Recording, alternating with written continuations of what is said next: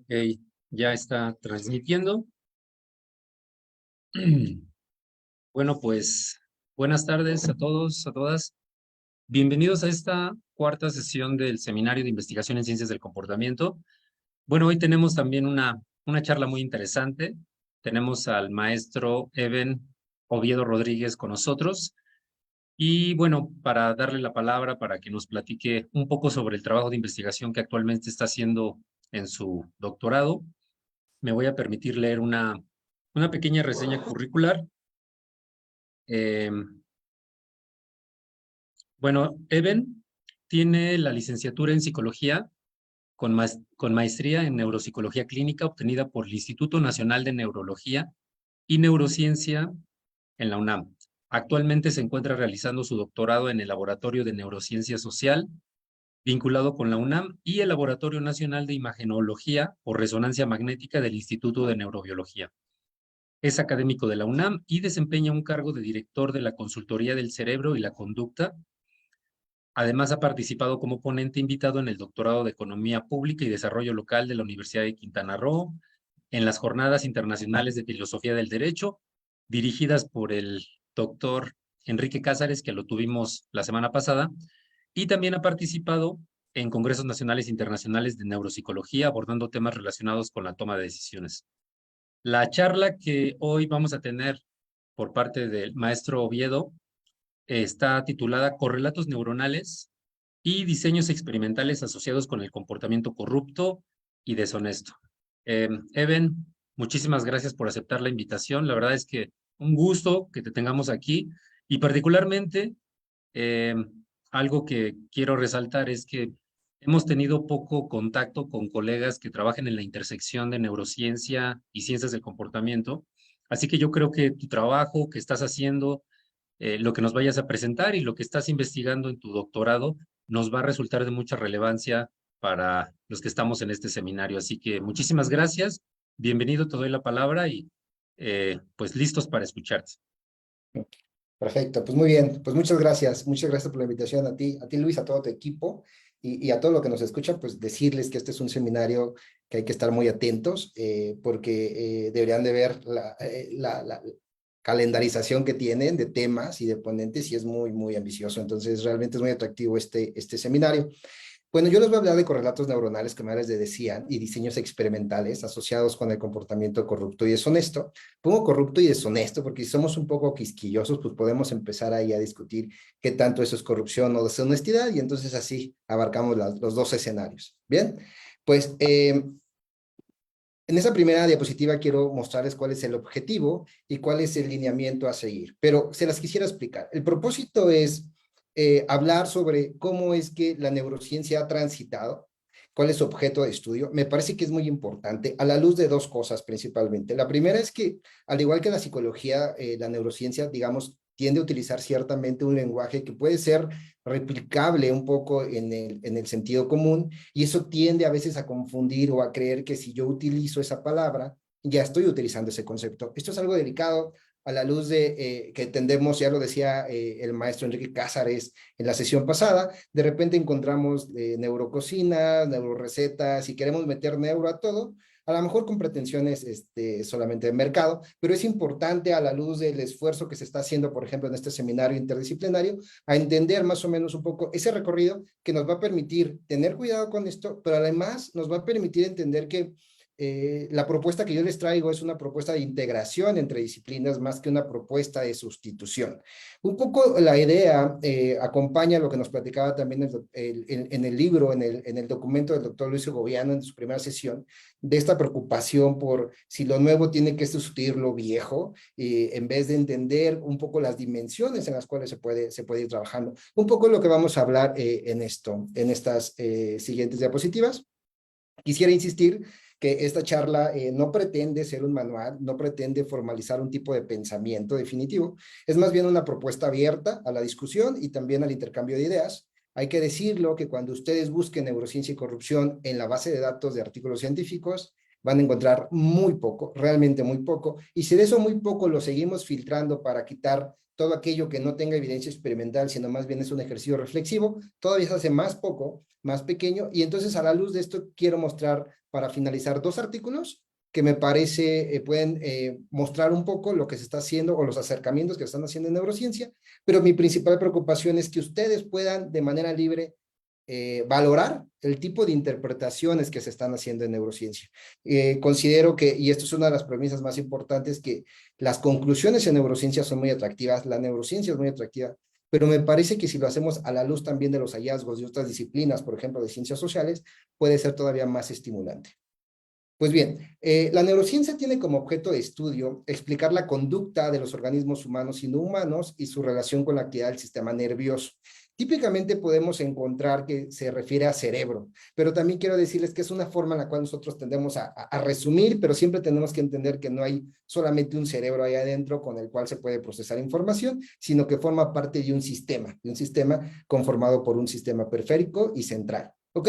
El propósito es averiguar cómo organiza, se desarrolla y funciona el sistema nervioso para generar el comportamiento. Se ha nutrido de diferentes disciplinas, anatomía, fisiología, embriología, farmacología y psicología, pero a su vez esto mismo ha generado que se tenga diferentes análisis de profundidad. Entonces, la primera idea es, cuando nosotros hablamos de neurociencia, en realidad tenemos que hablar de neurociencias, y a la luz de las neurociencias tenemos que elegir cuáles son las premisas teóricas que nos permiten o que nos podrían ayudar a entender lo que queremos mostrar.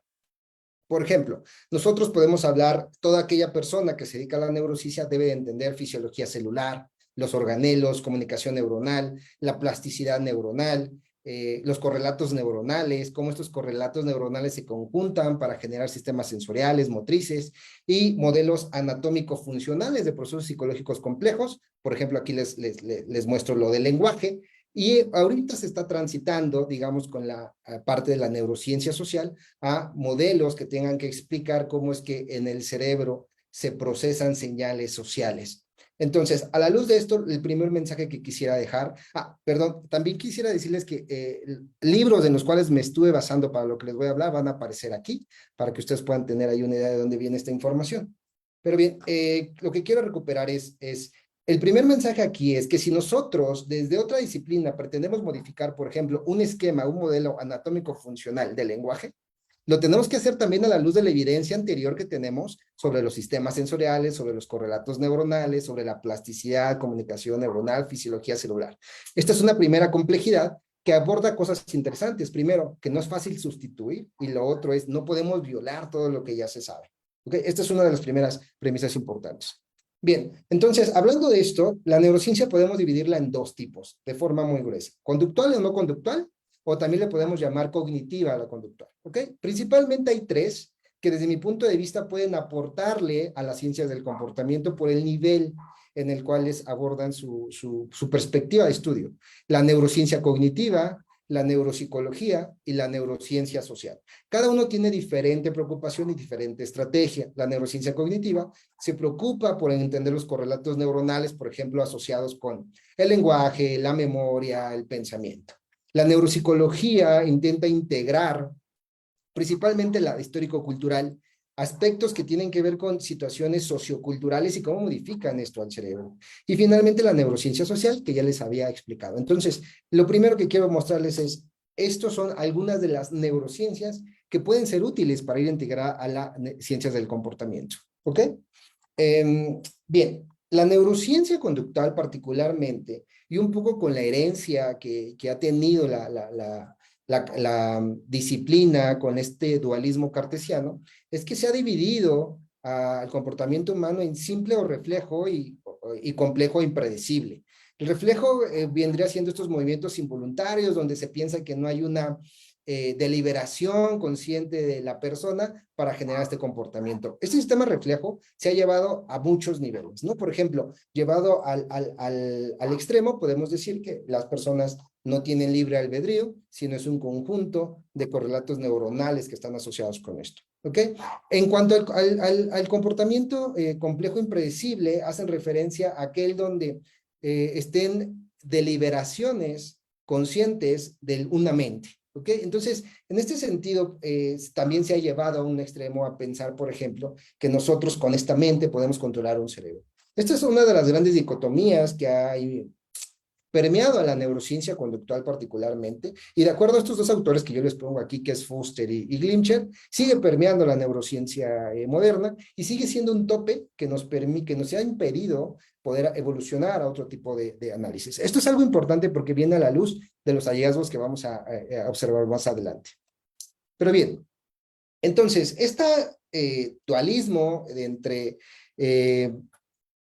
el comportamiento reflejo y el comportamiento deliberado ha llevado a la neurociencia a armonizar más o menos con estos extremos, ¿no? Un determinismo duro, un reduccionismo biológico, proveniente de la patología, la neurobiología, la neuroquímica, la genética, pero también del otro lado un libertalismo, ¿no? Donde se propone un dualismo mente-cerebro, que sugiere que, que la mente está dotada de voluntad y control sobre el cerebro, ¿no?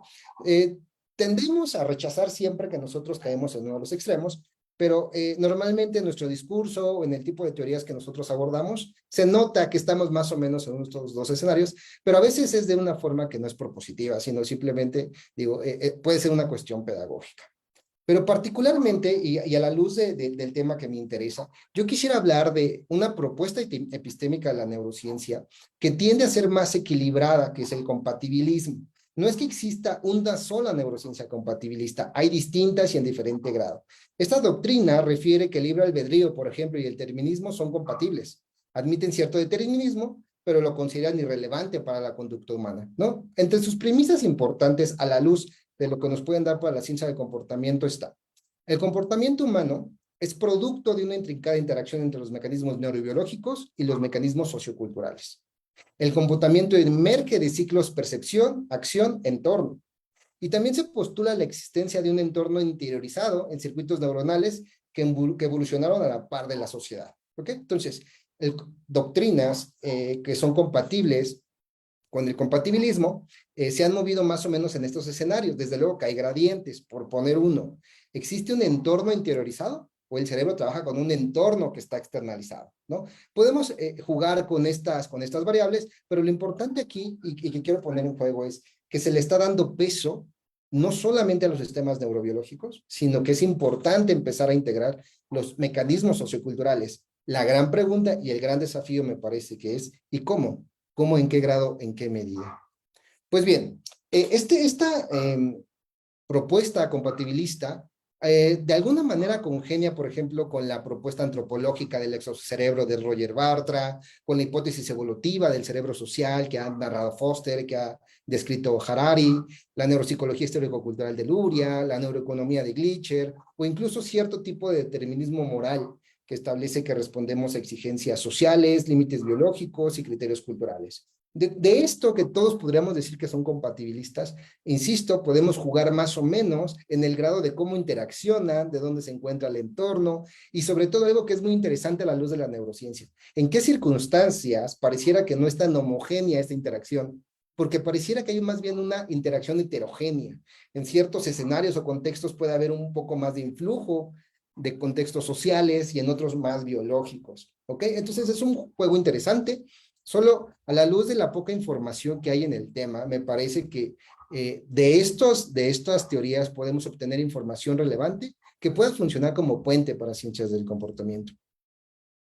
Pero bien, con este preámbulo quisiera abordar una propuesta que me parece que es muy interesante y es, ok, entonces, esta perspectiva de análisis, digamos, compatibilista, puede resultar útil para mejorar la comprensión o predictibilidad de la toma de decisiones en incertidumbre de acuerdo a los modelos contemporáneos, o solamente agregaría ruido. ¿Ok? Esta es una pregunta sustancial, ¿no? De acuerdo a mi modelo, a lo que yo pretendo, a mi representación, ¿suma o solo genera caos? Bueno, en ese sentido, propongo que la neurociencia puede influir en dos aspectos cruciales. Primero, hay que reconocer que estamos, me parece, a la víspera de una integración entre disciplinas, pero como lo narran los especialistas de sistemas complejos, esto no a veces es voluntario, sino se va dando de acuerdo a las necesidades disciplinares. Entonces, la conclusión es a las que podemos llegar, seguramente van a venir después, con evidencia experimental y con evidencia de contrastes teóricos, pero quisiera ahorita solamente argumentar qué nos puede dar la neurociencia compatibilista, la neurociencia cognitiva, a la luz de los modelos actuales. Primero, me parece que un aspecto esencial de la neurociencia del comportamiento conductual o cognitiva es que tiene experiencia en el análisis del comportamiento. ¿Qué quiere decir esto? Puede ayudar a identificar antiguos prejuicios que confluyen en conclusiones determinísticas, por ejemplo, del tipo, aquí se encuentra la moral, ¿no? En esta parte del cerebro se encuentra la moral. Solamente que hoy más modernas, porque quizá ya no hacemos dibujos, podemos hacer un estudio de resonancia magnética, pero la conclusión puede llegar a ser la misma. Este es una primer aviso que nos puede ayudar a la neurociencia a detectar. Pero también me parece que es muy interesante con motivos de evitar adoptar axiomas simplistas que se disfrazan de explicaciones. Por ejemplo, del tipo, tiene una deficiencia de serotonina, por eso tiene depresión. ¿Por qué tiene depresión? Porque tiene una deficiencia de serotonina. Y esto ha ido escalando. Tiene una deficiencia en algún enzima relacionada con la interacción social, entonces tiende a ser una persona agresiva. ¿Por qué es agresiva? Porque tiene una disfunción en el polimorfismo de esa enzima. Estas explicaciones que normalmente se suele llevar, las pongo entre comillas porque no son explicaciones, son más bien axiomas simplistas que hemos ido tomando, me parece un poco de forma engañosa, para creer que estamos entendiendo algo. En este sentido, creo que la neurociencia nos puede ayudar, ¿no? Ya pasó por ahí, está transitando, es fácil detectarlo, o más fácil detectarlo. Una segunda idea es, provee teorías del conocimiento que buscan arrojar luz sobre cómo se va relacionando el neurodesarrollo con la cultura. Un aspecto crucial, por ejemplo, para poner a la luz de las evidencias que tienen que ver con cómo influye la cultura o el contexto social en las personas. Por lo tanto, me parece que tiene teorías como la neuropsicología histórico-cultural desarrollada por Luria, que puede dar luz sobre este tema. Y principalmente, y uno que a mí me interesa muchísimo, que tiene que ser, que puede jugar un papel crucial como contrapeso frente a paradigmas que tienden a un determinismo sociocultural. Este determinismo sociocultural, digamos, pareciera que está de moda, incluso ya ha sido criticado en diferentes campos de la psicología y la neurociencia, donde pasamos de un lado a otro.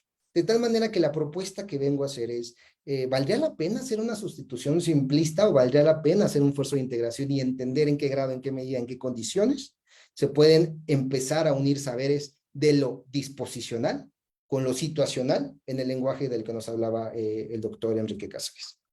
Pues bien, para esto les quiero traer un ejemplo que me parece que es necesario para tratar de entrar más en tema. Lo primero es, hoy pareciera que es tan ingenuo pensar que alteraciones antisociales de la conducta se pueden deber a una malformación de una enzima que ayuda a degradar cierto neurotransmisor, en este caso dopamina, en este caso noradrenalina, como pensar que el sujeto es antisocial solo porque tiene la oportunidad.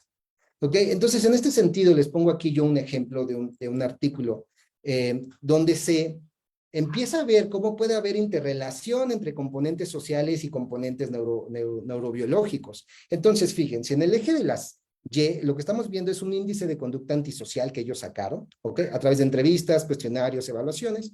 Y en el eje de las X vemos tres condiciones: sin, probable y severo. ¿A qué se refiere esto? Se refiere a que las personas sufrieron de un tipo de abuso durante su infancia.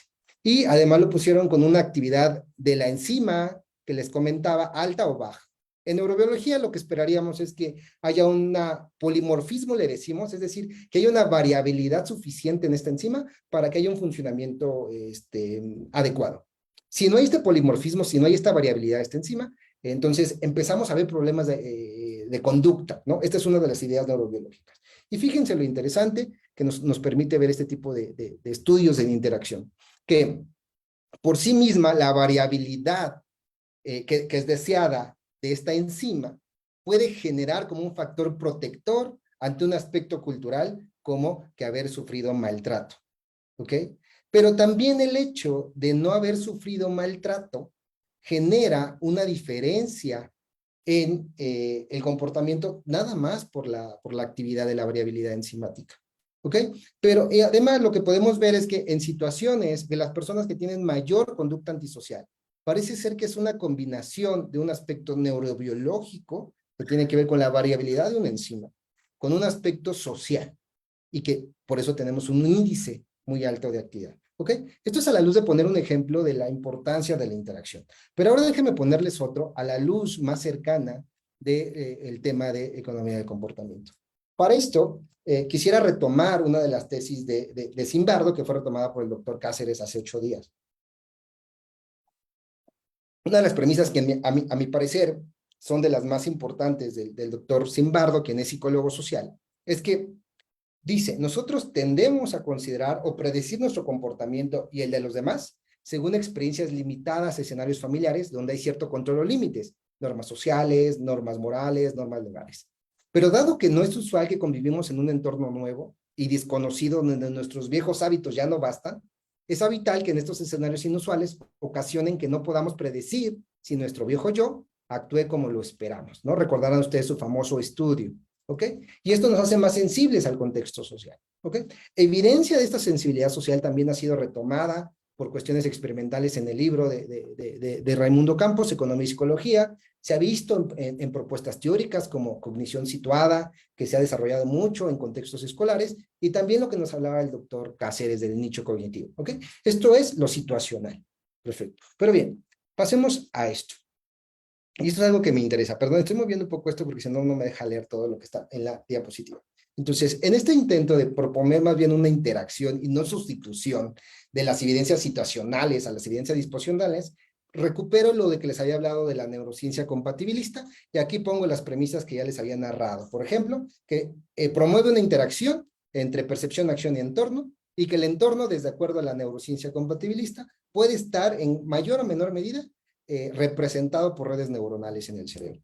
Pero fíjense lo interesante de esto, y aquí quiero resaltar dos modelos en neurociencia que nos hacen ver que muy probablemente no somos tan sensibles al aspecto social, que no somos tan sensibles al aspecto de interacción, o al menos que puede haber diferencias entre las personas a esta resistencia a solamente lo que nos modifica el ambiente, ¿ok? No pretendo decir que todo lo situacional no funciona, lo que pretendo decir es debe haber una diferencia entre sujetos, debe haber una diferencia entre personas que las hace más o menos sensibles a esta exposición social.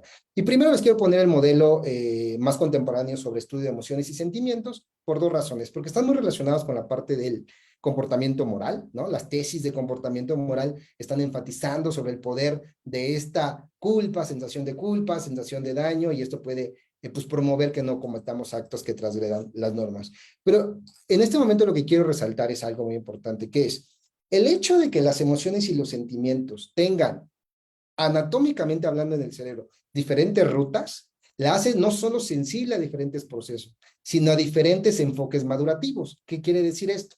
La emoción puede dar cierta, y aquí estoy exagerando, puede dar cierta universalidad a cómo reaccionamos. Por ejemplo, ante una situación que nos da miedo, normalmente vamos a presentar cierta palidez en el rostro, ¿no? Sí hay cierta universalidad en eso, pero no hay universalidad en los sentimientos asociados a esa emoción de miedo. Esto es algo muy contextual, esto es algo muy social, suficiente para modificar el comportamiento, ¿no? Actos de patología, trastorno de estrés postraumático, trastorno de ansiedad, son explicaciones claras de por qué ante estímulos que algunos podrían ser neutros, para otros pueden ser suficientes desencadenadores de crisis, ¿ok? Y entonces les pongo aquí yo un estudio donde ustedes pueden observar. Es un estudio muy interesante porque evalúa la interacción que influye en el desarrollo cerebral. Y entonces lo que ustedes ven de color rosita quiere ver cómo es que hay una influencia de los genes en el desarrollo de estas estructuras cerebrales que ustedes van a ver de su lado izquierdo, ¿ok? A lo mejor ahorita les diría que no presten mucha atención a las estructuras, a lo mejor lo podemos dejar para un escenario donde estemos más hacia la neurociencia. Lo único que quiero que vean es que hay estructuras que parecen tener más aleatoriedad en función a genes, hay otras que parecen tener más en función a un ambiente compartido o un ambiente independiente, ¿ok? Entonces, esta es la primera premisa. Como no todos estamos, aunque estamos en la misma cultura, no estamos en la misma circunstancia, esto ya por default atribuye que aunque todos tengamos una amígdala y una corteza prefrontal y un hipotálamo o un hipocampo, no quiere decir que sea sensible a las mismas cosas situacionales. ¿Okay? Esta es una primera propuesta que les hago. Una segunda propuesta que les hago, y más cercana a la teoría de economía, a la teoría de la economía, perdón, a la propuesta de la economía del comportamiento, es esta de Glimcher, ¿no? Me parece que es una propuesta muy interesante de Glimcher, porque él propone que para entender cómo es que el cerebro produce comportamiento, la neurociencia primero debe de olvidar sus modelos deterministas, debe pasar a modelos probabilistas, pero además debe de entender que el cerebro no actúa de forma reflexiva sensoriomotricmente a los estímulos disposicionales, sino que generamos por experiencia como una especie de templates como una especie de esquemas que la información vuelta otra vez a percibirse no activa necesariamente de la misma forma las estructuras cerebrales como la primera vez, porque ya tenemos una experiencia. Esto modifica desde luego el comportamiento, ¿ok? Es decir, esta sensibilidad a lo disposicional también es modificable porque ya no actuamos, o al parecer las evidencias muestran que no actuamos como lo creíamos, solamente por la información que estamos procesando en ese presente, sino por una historia que nos ha dado generar correlatos neuronales, y además el cerebro computa varias posibilidades de acción. No computa una posibilidad de acción en función a la situación en la que estamos, sino varias en función a la situación en la que estamos, pero también en la experiencia que hemos tenido con respecto a la situación con la que estamos. Les pongo este dibujo que está aquí, porque recordarán ustedes, si a él le gusta, a Glimcher le gusta mucho trabajar con ese tipo de experimentos, donde se ponían diferentes, me acuerdo que en ese momento eran gansos, y se pusieron dos investigadores en un lago a arrojar cierta cantidad de alimento a una frecuencia determinada para ver si de alguna manera los animales por sí mismos pueden llegar a una situación de equilibrio, un equilibrio de Nash, como dicen los economistas, que no es más que el momento en el que decidir entre las opciones disponibles ofrece más o menos los mismos resultados. Y él se propone utilizar esto y ver cómo es que el cerebro empieza a computar esta información. Es muy interesante porque él se da cuenta cómo el cerebro se va modificando y permite generar este equilibrio. La tesis máxima de él es que el cerebro necesita la indeterminación para poder generar comportamientos. ¿Okay? Es una propuesta que me parece interesante. Solamente aquí, en este sentido, la traigo a la luz de que se generan esquemas, se generan templates que modifican el comportamiento y que no solo es sensible a lo que estoy percibiendo en ese momento. Pues bien, para terminar con esta parte, que fue, digamos, como les decía yo, es una premisa que he ido desarrollando a lo largo de este proyecto de doctorado, pero ahora quiero yo exponerles, sin afán de modificar nada en ustedes, quiero exponerles dos artículos que se hacen en neurociencia y quiero dejar a la luz de ustedes las interpretaciones a las cuales llegamos desde la neurociencia. ¿Ok? Entonces, empezamos con el artículo 1. Aquí les dejo yo el QR para los interesados que quieran entrar a detalle hacia este artículo, lo pueden descargar en ese QR. Y en este primer artículo, lo que queremos hacer es, o lo que pretenden hacer los investigadores es valorar si la modulación de la actividad cerebral en una parte del cerebro que se llama corteza prefrontal dorsolateral, que no es elegida al azar, sino porque es la parte del cerebro más sensible al efecto cultural, por lo tanto más sensible al desarrollo de reglas, normas, etcétera. Si modulando esta actividad de esta parte del cerebro, puedo yo modificar el comportamiento en las personas ante una tarea de corrupción. ¿Ok? Entonces, como premisas teóricas parten de dos cosas. También tengo que decirles que neurociencia, no sé si es un vicio o es un gusto, pero siempre tendemos a mover las cosas de forma dualista, y ahorita lo van a ver, ¿no? Hay dualismo, por ejemplo, el dualismo si eso es emocional o eso es la razón, ¿no? Como si cerebralmente hablando no se puede computar de esa manera, pero digamos en el sentido común decimos, pues es que si procesa con sistema límbico es con emoción. Sí, pero lo que estamos observando es actividad del sistema límbico. Lo que no observamos no quiere decir que el cerebro está apagado. ¿Ok? Quiere decir que con las técnicas que tenemos estamos observando lo más grueso. ¿Ok? Esto es algo importante que nos va a permitir, yo creo que caer un poco romper un poco estos dualismos. Bueno, en estas premisas teóricas de este artículo parte de que el modelo de la corrupción es provocada por emociones. ¿Ok? Que es una tesis siempre en las cuestiones de moralidad. Entonces, las emociones desempeñan un papel crucial en la ocurrencia del comportamiento corrupto, porque emociones sociales como la culpa, la vergüenza, el bochorno, van a influir en las personas que las experimentan para reconocer que han hecho algo incorrecto. Y la teoría de los procesos duales de la función cerebral. Es decir, ellos señalan que existen dos procesos distintos involucrados en la toma de decisiones de contenido moral, que es uno emocional y uno cognitivo, ¿no? El emocional es intuitivo, es automático, mientras que el cognitivo implica un razonamiento deliberado, racional, ¿ok? Entonces, estos dos procesos pueden interactuar e influirse en los juicios morales y toma de decisiones. Y nada más para que no les tome tan de sorpresa la parte de la técnica, es muy sencilla esta técnica, es una técnica de estimulación transcranial de corriente directa. Les ponen, como ustedes ven aquí, un casco, y en ese casco les ponen unos electrodos donde van a transmitir cierta carga eléctrica. ¿Cuál es lo que buscan ellos? Tienen dos polos, un polo que le llaman anodal y un catodal. prácticamente, en resumen es, si yo a esa zona del cerebro del lado derecho, por decirlo de alguna manera, prefrontal derecho, le pongo una carga nodal, voy a promover que se conecte con otras partes del cerebro. Voy a promover lo que se llama una despolarización, una actividad cerebral, digámoslo así. Mientras que la catodal lo que genera es lo contrario. Voy a inhibir que esas neuronas se conecten con otras partes del cerebro.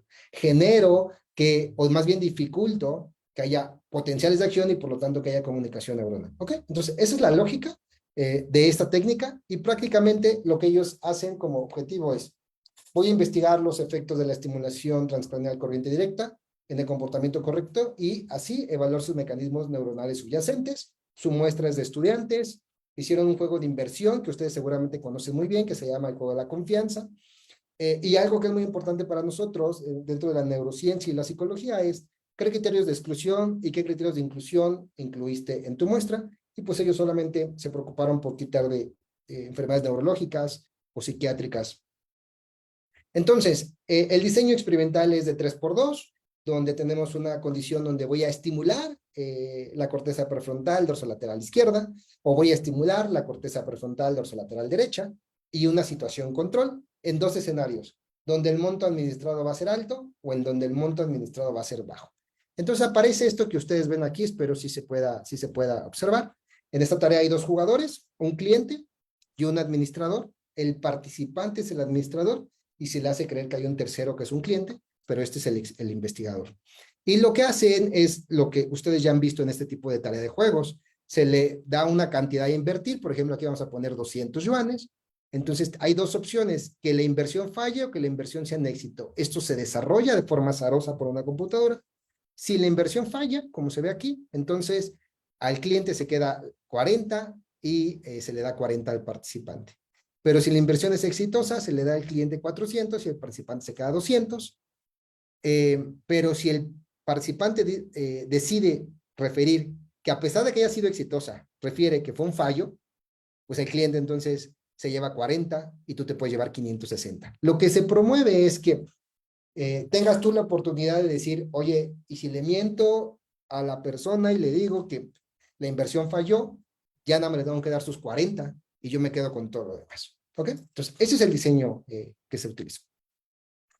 Utilizaron 21 ensayos con dotaciones bajas, 21 ensayos con dotaciones altas, y se utilizaron 6 con intermedias solamente para hacerlo como un llenado de la información.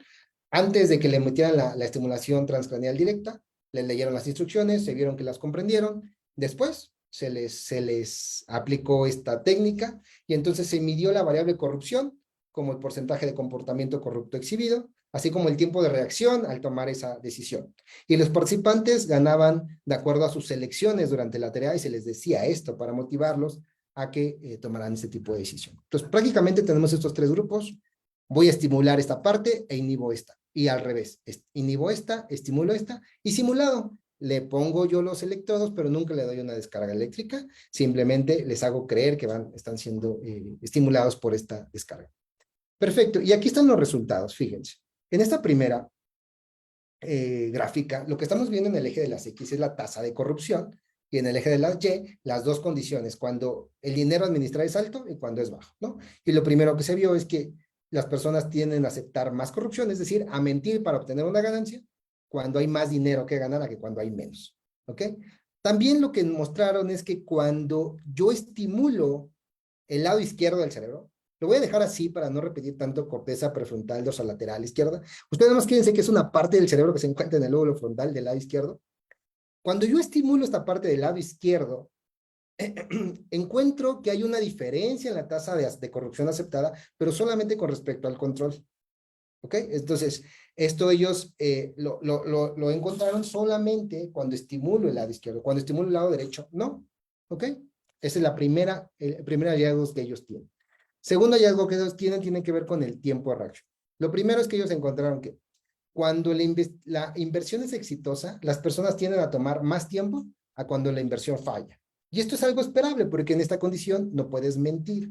Y aquí tienes que agregar, híjole, ¿qué le digo al otro participante? ¿Que sí fue exitosa? ¿Y le doy solamente y yo me quedo menor dinero? ¿O le digo que falló y yo me quedo más dinero? Entonces, lo primero que demostraron es que requiere más tiempo las personas cuando tienen que tomar una decisión a cuando no la tienen que tomar y es automática, lo cual era esperable. Pero lo que encontraron acá es que solamente encontraron una diferencia en tiempo de reacción cuando estimularon el hemisferio derecho versus la situación control, pero solamente cuando la cantidad a administrar era alta. Veamos, en el eje de las X otra vez los tiempos de reacción y en el eje de las condiciones. ¿Ok? Aquí tenemos el control, cuando estimulo el hemisferio derecho, cuando estimulo el hemisferio izquierdo, y solamente encontraron diferencias cuando yo, con control, pero solamente cuando las condiciones administradas eran altas. ¿A qué conclusiones llegan? Yo no modifiqué absolutamente nada de las conclusiones, porque el propósito de esto es que ustedes vean cruda la información como está. ¿Ok? Aquí están las conclusiones. La corteza prefrontal dorsolateral izquierda desempeña un papel en el procesamiento emocional. La mayor excitabilidad de la corteza prefrontal dorsolateral izquierda mejora el proceso emocional del juicio moral del individuo. En tanto, la del lado derecho lo ejerce sobre el control cognitivo. El tiempo de reacción más largo en los participantes que recibieron estimulación del lado derecho en la condición con mayor dinero administrado sugiere que los cambios en los niveles de carga positiva pueden reflejarse en cambios en el tiempo de respuesta. Necesitan más control cognitivo para resistir la tentación. ¿Ok?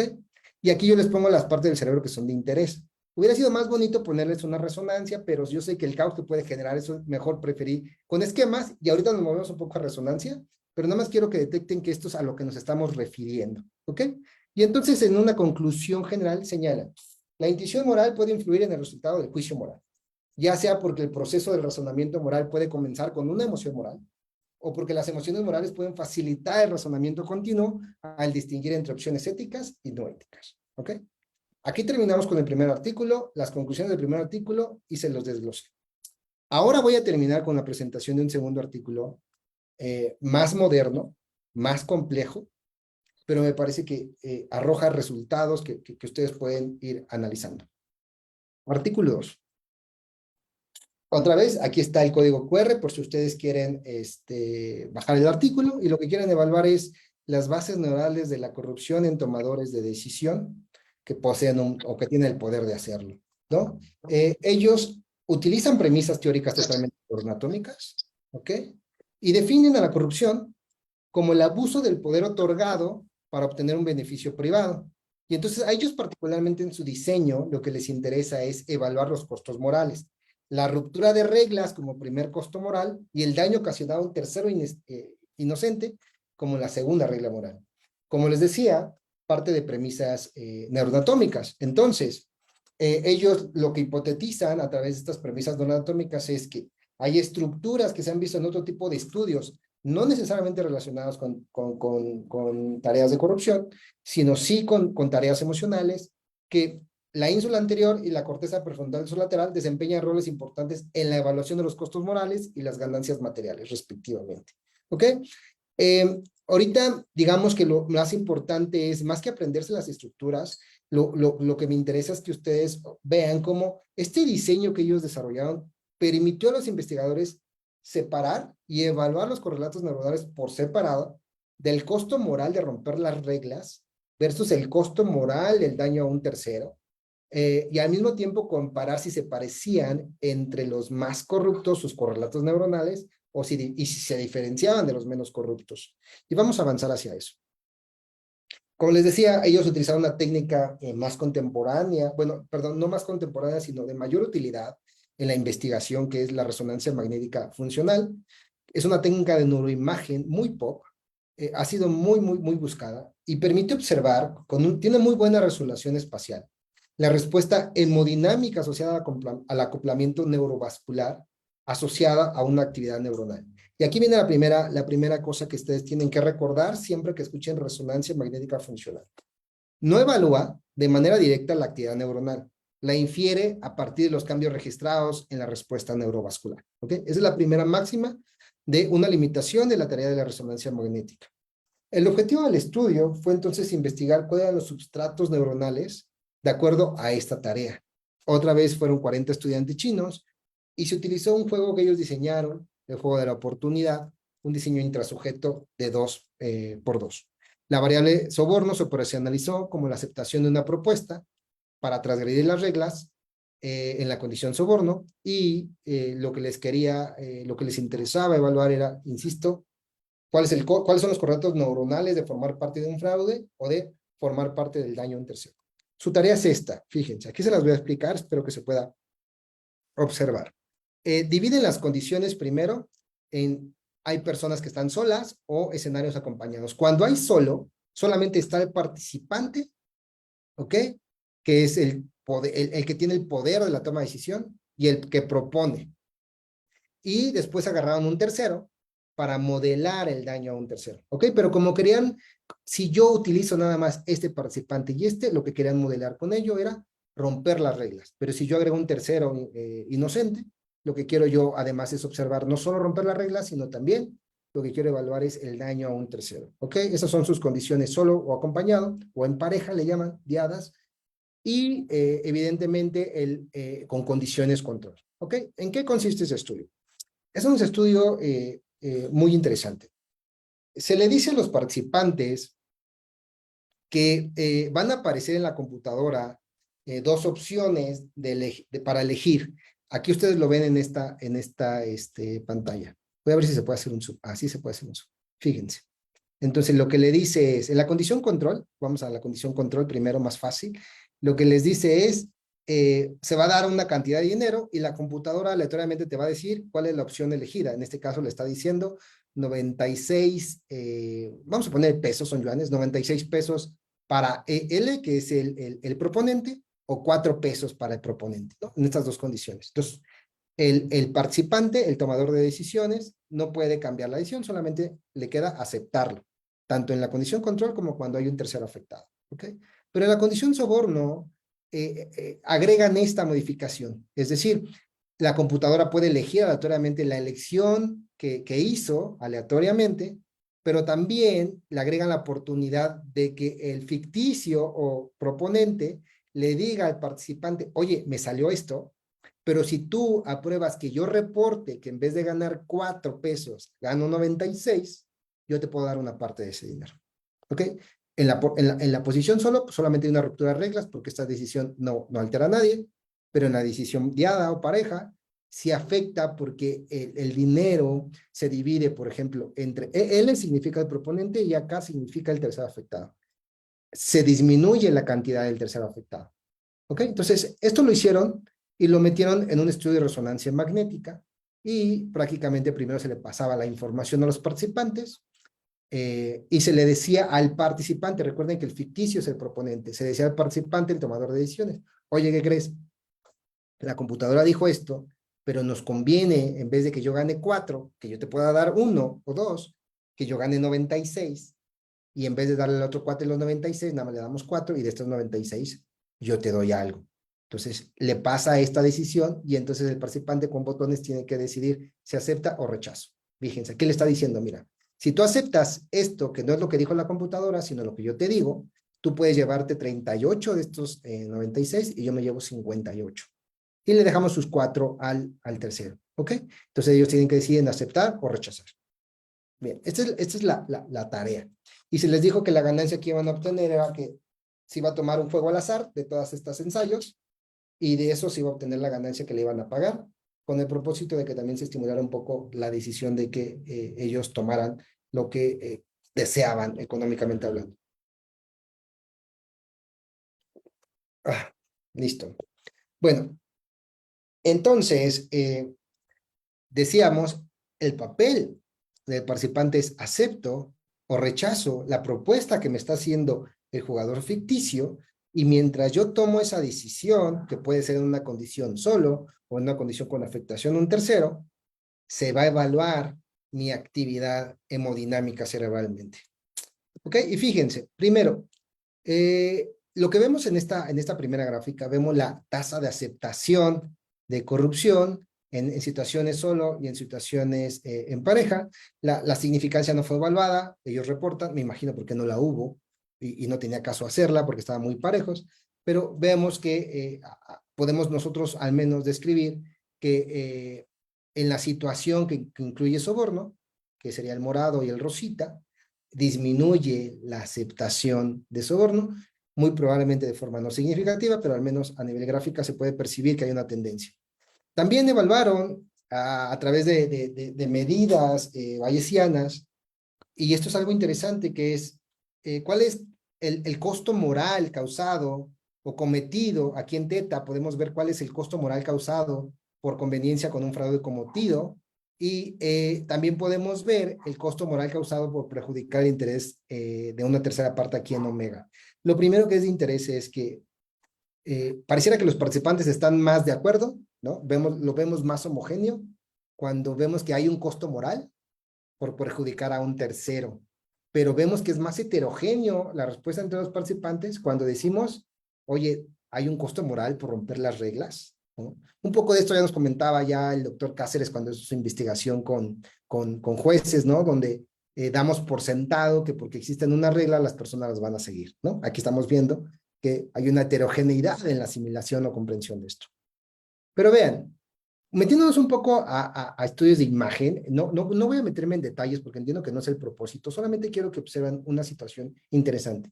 La primera es que pareciera que el hecho de poner a personas en pareja versus personas solo, sí modifica los correlatos neuronales asociados y por lo tanto los costos morales a solo rompo las reglas o solo configuro que rompo las reglas versus configuro que además de romper las reglas le hago un daño a un tercero.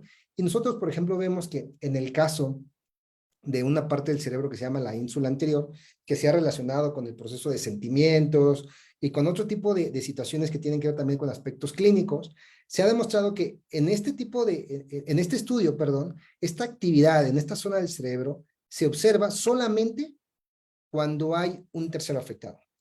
No hay un cambio de señal estadísticamente que no se deba al azar, cuando solamente estamos rompiendo las reglas. Es decir, debe haber un costo sumado moral. Se está rompiendo las reglas y ese costo está afectando a un tercero, y entonces ellos así lo traducen como lo que estamos observando es el sentimiento de culpa por tener una ganancia durante una situación que transgrede y que lastima.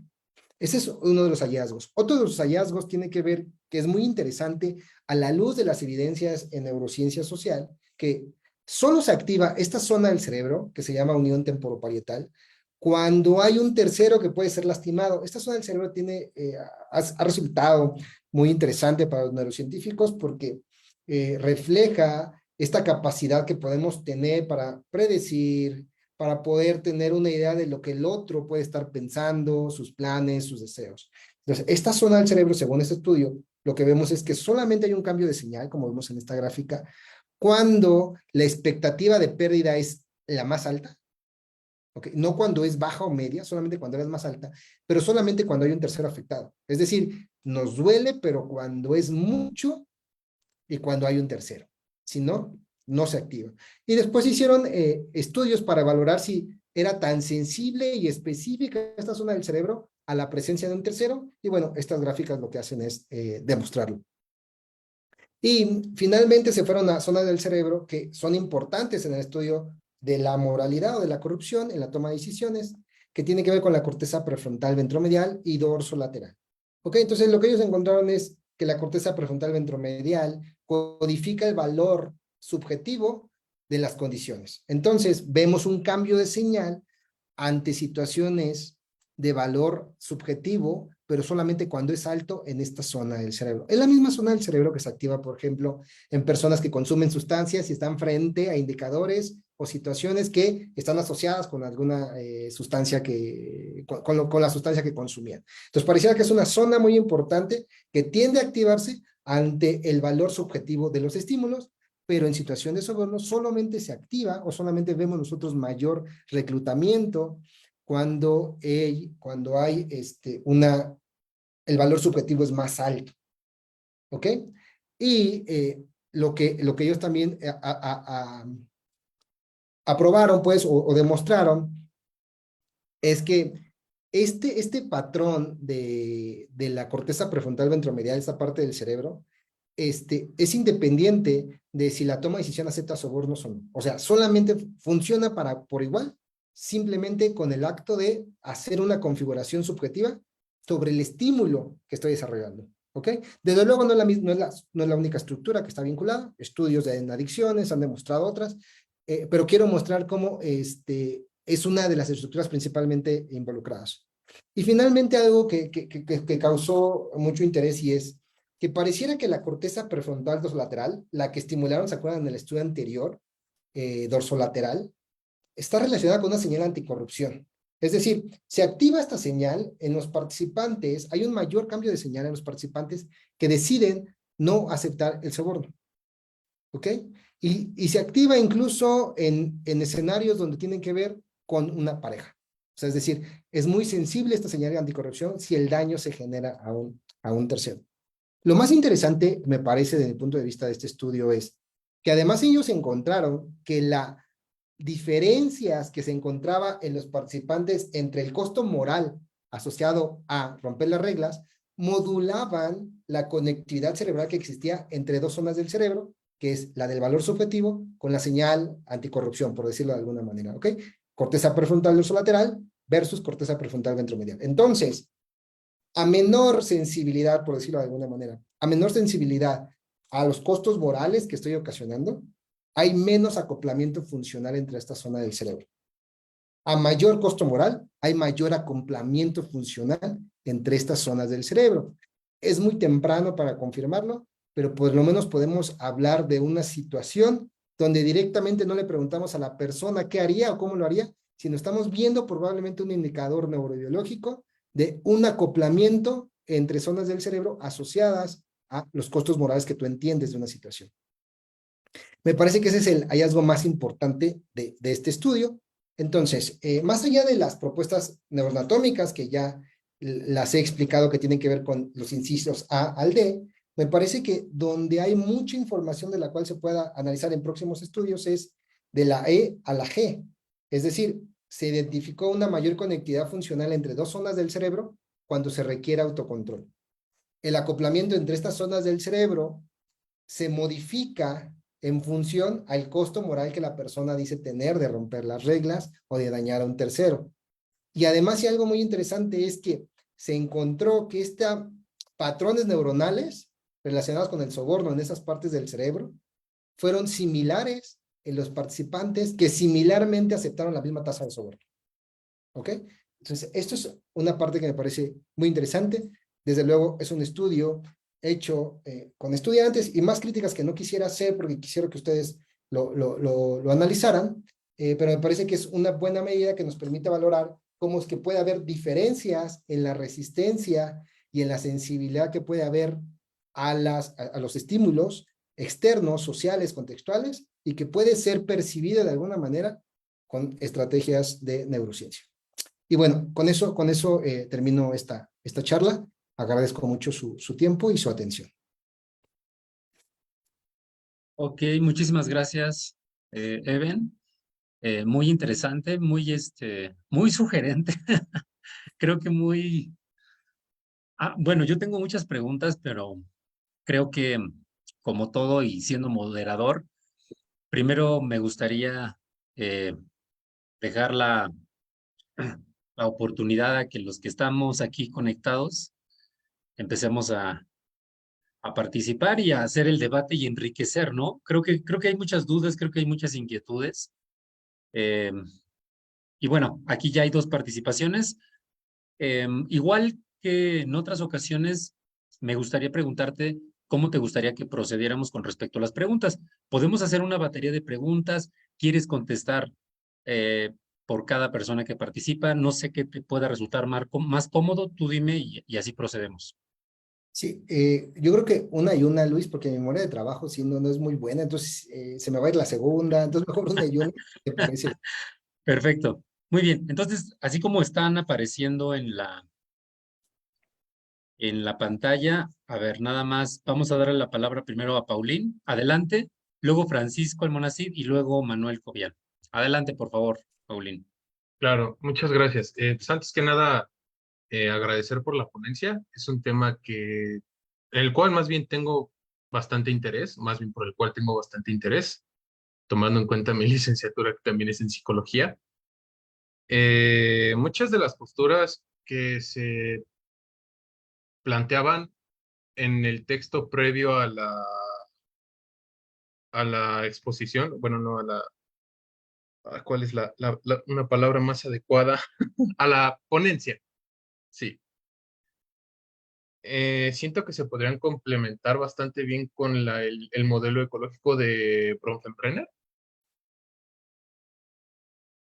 Y de hecho, teniendo eso en mente, me hizo como que entrar en cierta discusión, pero a la vez como que leyendo el texto concordé en cuanto a la corrupción. Y esta es la pregunta que pude formular después de todo eso, y es si considera también que existe un efecto de normalización o disrupción o incluso de sensibilización en el caso de corrupciones y sobornos y que esto afecte al sistema límbico. Muchas gracias. Sí, Paulín, gracias. Sí, estas propuestas que tú refieres son retomadas, por ejemplo, por Glimcher. Entonces, sí, desde luego, lo decía en un inicio, lo interesante es empezar a ver qué premisas teóricas nos pueden agregar a esto, porque está en pañales, ¿eh? Lo pueden revisar ustedes en artículos, lo decía, está en pañales, entonces necesitamos ver qué nos es de utilidad. Desde luego que contestando preguntas, sí, ¿no? Todos los modelos, voy a alejarme un poco del tema, pero que tiene que ver con las mismas estructuras cerebrales y con la pregunta que tú haces.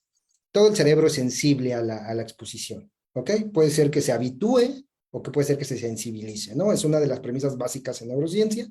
Entonces, desde luego que se tiende a normalizar, ¿no? Hay otros estudios, yo quise presentar solo dos por cuestiones de tiempo, de estrategia, pero desde luego, por ejemplo, hay algún estudio donde se va viendo cómo actividades en áreas que tienen que ver, por ejemplo, con la amígdala, junto a exposiciones constantes, cada vez va disminuyendo más, ¿no? Y esto se traduce a la luz de estos autores como que los participantes se están haciendo cada vez eh, más sensibles, perdón, menos sensibles a cometer un acto de transgresión. Entonces, hay menos actividad fisiológica relacionada con la toma de decisión y por lo tanto incluso correlaciona con que los participantes no solo lo hacen más frecuente, me refiero a aceptar sobornos, sino lo hacen con cantidades mayores, ¿no? Entonces, desde luego que estar expuesto a los escenarios sensibiliza, normaliza o habitúa el comportamiento y de esto, digamos, un poco la idea es que me he querido plantear un poco en mi proyecto es cómo se puede mostrar una resistencia a esta normalización. Si es posible mostrar una resistencia,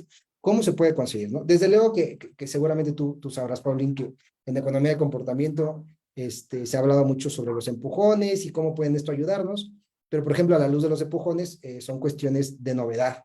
¿Ok? Y sabemos que el cerebro ante estímulos novedosos actúa de forma distinta que cuando son repetitivos. Entonces, nos funciona quizá los primeros 15 días, un mes, no sé si hay estudios que evalúen la temporalidad de esto, pero ¿y después qué? Porque también eso se normaliza, ¿no? Entonces, es interesante observar que hay un proceso indudable de normalización del cerebro hacia estos estímulos y el desafío es cómo podemos resistir a eso, a esa sensibilización para que nos siga, por decirlo de una manera muy reduccionista, se siga aprendiendo la amígdala ante esos mismos estímulos y no cada vez pareciera que se va de vacaciones, ¿no? Esa sería. Ok, adelante, Francisco. Gracias, doctor Luis. Buenas tardes a todas las personas asistentes al seminario. Yo tengo un par de comentarios, pero antes de eso, lo primero, quisiera saber si es posible que nos compartan la lista completa de referencias que se citan en el texto. Digo, dado el nivel que se está manejando en el seminario, creo que sería también pertinente que tengamos el material completo para verificar y comprobar, digamos, algunos argumentos que se utilizan en el texto que nos compartieron. Eso de entrada. Y lo otro, si pudieran comentarnos acerca de la diferencia del sentido normativo que se utiliza en la economía, y aquí también hablaron en algunos momentos sobre transgresión de normas, o en el texto también se habla de desprecio hacia las normas sociales y legales. Entonces, si pudiéramos profundizar en esa diferencia, porque creo que son dos cuestiones un poco distintas y estamos de alguna manera considerándolas equivalentes o intercambiables, y creo que no es el caso, y eso se puede prestar a una confusión bastante seria, sobre todo en el caso de la economía del comportamiento, que tiene, digamos, otros intereses distintos un poco a lo que se entiende en el derecho. Y ahora sí, también tengo una duda en la parte de cómo, cuáles serían las consideraciones éticas al realizar este tipo de estudios, sobre todo en una parte también cuando comentaban en el caso del primer ejemplo que manejan, que se le hace creer al tercer participante que, sí, a las personas participantes que uno de ellos es un cliente, pero en realidad es el investigador. O sea, digamos ahí, ¿qué comité de ética podría aprobar ese tipo de experimentos? O sea, ¿qué comité de ética estaría de acuerdo en que se haga de esa manera un experimento? En economía del comportamiento, hasta donde yo sé, nunca ha sucedido. Todo es muy transparente, se le explica a los participantes, por eso hay un consentimiento informado de por medio. Entonces aquí no sé si son consideraciones distintas, pero es importante también tenerlo claro y saber qué ha sucedido con esa información que se recaba de esa manera. Y también en la cuestión de los costos morales cuando se daña a un tercero.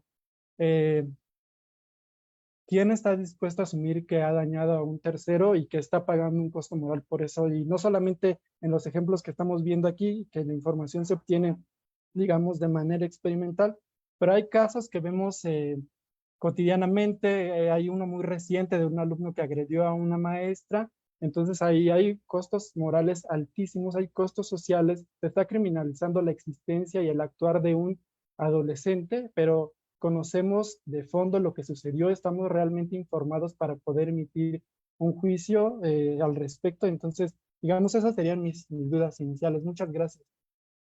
Ok, Francisco, gracias. Sí, creo que la primera parte que tengo por responderte es, como podrás ver, la neurociencia y la economía del comportamiento tienen objetivos distintos. Esos objetivos distintos hacen que se tome diferentes profundidades, ¿no? Ya hablabas tú de la traducción a la norma. En neurociencia, como es una inclusión que se ha hecho muy novedosa, por ejemplo, incluso toman como corrupción, ¿ok? Y meten ahí típicamente, por ejemplo, cuestiones que tienen que ver con oraciones asociadas a dilemas morales, con corrupción, meten cuestiones de malversación de fondos, de soborno, ¿no? Y yo sé que en economía de comportamiento hay que hacer un filtro sobre eso, ¿no? Entonces, digamos, los intereses son distintos y por eso es que no es el propósito de la neurociencia distinguir en esto o en lo demás, que probablemente tenga que ser en un futuro cercano, ¿no? Pero también se debe a que no esperamos, no hay hipótesis fuertes que nos obliguen a pensar, entonces yo esperaría una actividad cerebral distinta, ¿no? Porque, digamos, no hay una zona del cerebro para cuando es malversación o cuando para soborno, sino hay una zona del cerebro que está relacionada con la capacidad de empatía, con la capacidad de poder predecir deseos o intereses en los demás. Con respecto a lo del comité de ética, pues prácticamente los estudios de neurociencia, si me preguntas qué comité de ética, te diría todos los que están en los artículos, todos estos, ¿no? Al menos. Ahora, ¿cómo se hace acá en psicología? Es verdad que también se pasa con comité de ética y lo que se hace es, se le dice las instrucciones al participante, se le hace firmar el consentimiento informado, etcétera, y al final se le da algo que se llama un documento de desengaño, donde se le comenta que por razones que requieren privacidad, entonces no se le dijo las instrucciones o los objetivos reales del participante y se le propone cuáles son los reales del participante y se le deja abierta su participación si decide permanecer en sus datos o si decide que no se utilice, ¿no? Eso es como se hace actualmente en psicología, no es algo nuevo, tampoco te podría decir que es algo que lleva mucho tiempo, pero de esta manera se aseguran en estas disciplinas al menos que tratamos de evaluar el comportamiento lo más cercano posible a, a un escenario no experimental, un escenario más del mundo real, por decirlo de alguna manera. Ok, muy bien. Y tenemos la participación de Manuel Cobian. Adelante, Manuel.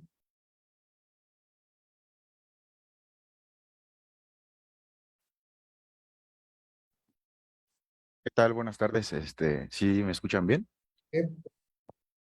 Bueno, primero que nada, pues agradecer a todos por su presencia y por la ponencia, estuvo muy interesante.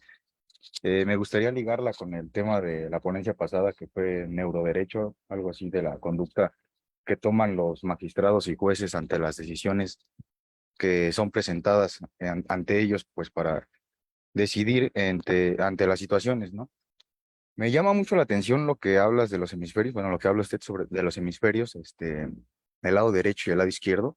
Había yo escuchado algo sobre que el hemisferio derecho y el hemisferio izquierdo pertenece uno a la capacidad masculina y el otro a la capacidad femenina, ¿no? Teniendo esto en cuenta, había yo también visto que la retención femenina era mayor y de una capacidad diferente a la de a la capacidad masculina. Más sin embargo, no era de, no era, ¿cómo se puede decir? Imposible que el masculino adquiriese sí, esos conocimientos, ¿no? Bueno, esas capacidades.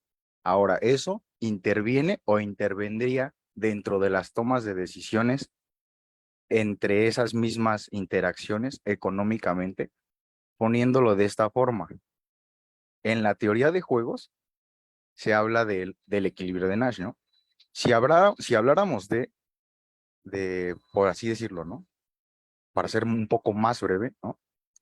Para modelar un juego de oportunidad con un tercer jugador, porque pues, lo traté de escribir en lo que estaba su ponencia, de un tercer jugador afectado, primero debemos definir las recompensas para todas las posibilidades de combinaciones de acciones de los tres jugadores. Supongamos que los jugadores se llaman A, B y C, tienen dos acciones posibles, cada uno subir o detenerse, ¿no?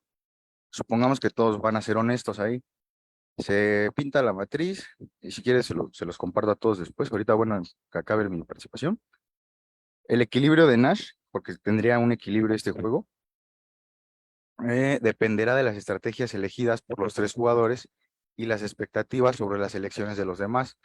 Puede haber múltiples equilibrios en función de las decisiones y las recompensas esperadas por cada jugador. En un juego de tres jugadores, la dinámica estratégica se vuelve más compleja, ya que cada jugador debe considerar las acciones de los otros dos jugadores a tomar su decisión. ¿Qué quiere decir esto? Que bueno, dada una situación que yo viví, me vi comprometido, bueno, en una situación legal y tuve el infortunio, pues, de que con un juez fueron las cosas un poco complejas, hasta el punto que tuve que ver con la coordinadora legal de esa alcaldía y parecía que las cosas iban a ir bien, pero no.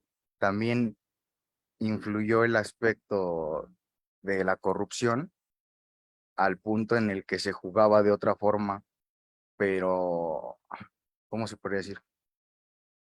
Las estrategias que se manejaban eran más complejas, solo que la ganancia iba a ser para un solo punto, solo para el C. O sea, el C no perdía, el C ganaba. Era diferente, o sea, el C iba a ganar, los otros dos iban a perder. Para resumir, mi pregunta es si el lado femenino, o sea, el lado izquierdo, si ustedes lo han contemplado en ese aspecto, porque para mi punto de vista yo siento que tanto lo económico como lo legal como lo psicológico, pues nos tendríamos que agrupar para abrir un campo más fuerte sí, de esa investigación, ¿no? Y bueno, una disculpa si no fui muy claro, ¿no? Ok. Manuel, ay, perdón, se me está yendo la voz. Eh, primero, Manuel, primero déjame, ¿cómo te lo digo? O sea, esta parte es hasta riesgoso, ¿no? Contestar esto de la capacidad femenina y capacidad masculina, ¿no? Te diría que esto es una cuestión de sentido popular, totalmente, ¿ok? Y también quería, nada más para que no quede, ¿no? Típicamente hablé de estructuras cerebrales, ¿no? Y decía, para resumir, voy a hablar como del derecho, pero acuérdense que es esta parte del hemisferio derecho, ¿no? Entonces, más que hablar de un hemisferio, lo que quería hablar es de ciertas estructuras del lado derecho, ¿no? Entonces, lo que se sabe a nivel de neurociencia, hay muchos mitos con respecto a los hemisferios cerebrales, que bueno que tocaste el tema y me ayuda a aclarar este mito, ¿no? De este es el lugar creativo, este es el lugar simbólico, ¿no? Lo que se sabe en neurociencia es que el hemisferio derecho está más conectado con áreas de asociaciones heteromodales y el hemisferio izquierdo está más asociado con áreas sensoriales primarias. ¿Qué quiere decir esto a la luz de comportamiento? Quiere decir que la información es procesada de forma distinta, pero los hemisferios siempre están comunicando información. Hay un conjunto de fibras que conectan ambos hemisferios, de tal manera que separarlo primero solamente se puede por patología, y en patologías muy extrañas, ¿no? En una agenesia de cuerpo calloso, por ejemplo, que es algo genético, que es muy difícil para poderlo estudiar, y también por lesiones cerebrales que solamente afectan una parte del cerebro, o tumores muy grandes que requieran la extracción de esa parte del cerebro, ¿no? Y es difícil tener también ese tipo de casos. Pero lo que te quisiera decir es, la lógica de análisis de neurociencia no va sobre un Sé que dije yo que nos gustan los dualismos y nos gusta, ya te lo había comentado, pero no va sobre cuestiones más culturales del hemisferio derecho versus hemisferio izquierdo, o si cuál es el papel del hemisferio derecho en esto, en una toma de decisiones, o cuál es el papel del hemisferio izquierdo en esto, porque incluso la lateralidad, mi estimado, depende mucho de la cultura. Lo podrás ver. Si bien es cierto que muchas personas, por ejemplo, que escriben con la mano zurda, siguen procesando gran parte del lenguaje con el hemisferio del lado del hemisferio izquierdo, ¿no? No con el hemisferio derecho como se esperaría, si bien es cierto que incluso aquí no se respeta eso. También es cierto que, por ejemplo, que la experiencia hace que tú puedas tener mayor predisposición a un procesamiento cerebral de un lado a otro, pero no excluyente. ¿Okay? Entonces yo te diría que más bien tiene que ver con aspectos culturales. Alguien con oído musical, por ejemplo, la música la procesa más con regiones que tienen que ver como si fuera un lenguaje, ¿no? Sabemos que es un lenguaje musical, que como si fuera una entonación musical, ¿ok? Que como esperaríamos a alguien que no tenga esa experiencia. Entonces, va más hacia esas partes y desde luego que podría influir un poco la experiencia que se tiene sobre aspectos culturales. Como si fuera lo de las inteligencias de Gardner, más o menos. Múltiples, las inteligencias múltiples, ¿no? Que Sí, después fueron corregidas, ¿no? sí, sí, exacto. Sí, justamente es un poco también eso. Cuando las inteligencias de Gardner nos llevan un poco a esas ideas de decir, son un poco frenológicas, si te das cuenta. Y sí, un poco la lógica de la neurociencia es empezar a movernos, transitar hacia eso, ¿no? Quitarnos de esos vicios un poco. Bueno, en neurociencia no existen, existen en el común popular de la neurociencia. Muchas gracias. Muy bien. Hay una participación más también en el chat. Eh, te la voy a leer, Eben, y ya para que nos puedas compartir una respuesta. Dice Roberto, hola, muchas gracias por la ponencia. Desde su perspectiva, estos resultados y conclusiones, ¿cómo podrían o cuál sería una posible aplicación práctica en escenarios relevantes de corrupción y soborno en servidores públicos y en empresarios que obtienen beneficio en perjuicio de terceros? Sí, sí, sí, sí, es una pregunta muy interesante, es una pregunta y es donde yo estoy tratando de llevar mi proyecto de investigación con esto, y es, primero es identificar, ¿no? Porque ni siquiera es que tengamos esto plenamente identificado. Si nosotros, por medio de ciertos marcadores biológicos, puedan interactuar con ciertos identificadores socioculturales que nos permitan tener una teoría de probabilidad sobre si es más probable que esta persona pueda cometer actos ilícitos en ciertas circunstancias. Entonces, a la luz del primer artículo, por ejemplo, si se dan cuenta, caemos un poco en este juego de seguimos poniendo comportamientos muy gruesos en estructuras muy pequeñas, ¿no? En el segundo, si bien seguimos con un poco con este juego, el hallazgo más interesante es encontrar cómo la modulación de la persona, de lo que refiere en cuanto a costos morales, modifica la conectividad de dos partes del cerebro, que esto no es voluntario, ¿no? Voluntariamente la persona no hace esto, no. Es una respuesta del sistema biológico ante este tipo de escenarios. Entonces, creo que a la luz de esto valdría la pena seguir valorando si es posible encontrar patrones, ¿no? Pero estos patrones solamente van a ser útiles, patrones neurobiológicos de conectividad sobre todo, solamente van a ser útiles al tipo de tarea. Creo que esto es lo importante. Solamente a la codificación de ese momento de la tarea. ¿Ok? Si se modifica el entorno, se va a modificar también, o se debe de modificar también ese patrón neurobiológico. ¿Ok? Entonces, en ese sentido, es importante tener este cuidado. No se busca como en la vieja escuela, de encuentro el indicador neurobiológico que me indica que si está presente esto, ¿no? Está presente también esto. Eso no creo que sea posible, pero creo que escarbando y escarbando y escarbando podamos nosotros llegar a entender bajo qué situaciones, bajo qué escenarios, este tipo de dinámica cerebral es más probable que tienda a resistir o aceptar soborno. Esa sería un poco la lógica que habrá que cuidar, y por eso decía al inicio que el propósito es estimular esta idea de que los hallazgos en neurociencias tienen que ser matizados con los hallazgos en ciencias sociales. Desde mi punto de vista, solo en este sentido, podemos empezar a generar una interdisciplina donde podamos poco a poco ir viendo los conceptos que podemos ir acompañando, ¿no? También la neurociencia tiene que aprender mucho sobre este tipo de problemáticas sociales, porque apenas hacia allá está transitando. Ok. Y hay otra pregunta de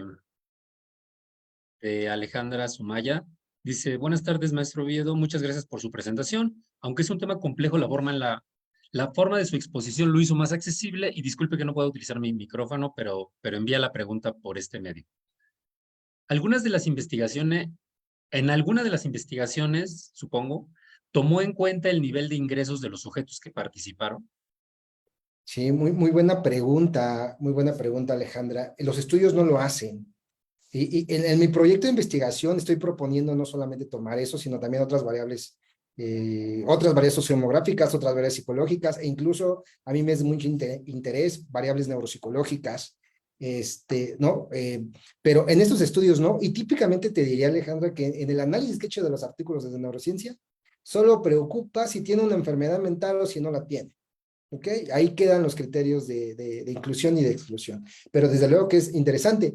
Y incluso no solamente cuánto están ganando, cuánto ganan, sino cuál es la percepción de lo que ganan. Porque hay personas, ya lo decía nuestro, bueno, qué bueno que no es nuestro, pero al fin y al cabo es gobernador de un estado, ¿no? Que solo ganan 50,000 pesitos. Entonces, bajo esa perspectiva, pues, muchas personas pueden decir, pues, yo nada más gano 50,000 pesitos, entonces necesito más. Entonces también depende mucho de cuál es nuestro punto de corte, ¿no? Esto que ya ha hablado mucho en la economía del comportamiento. Ok. Alan, adelante. ¿Qué tal?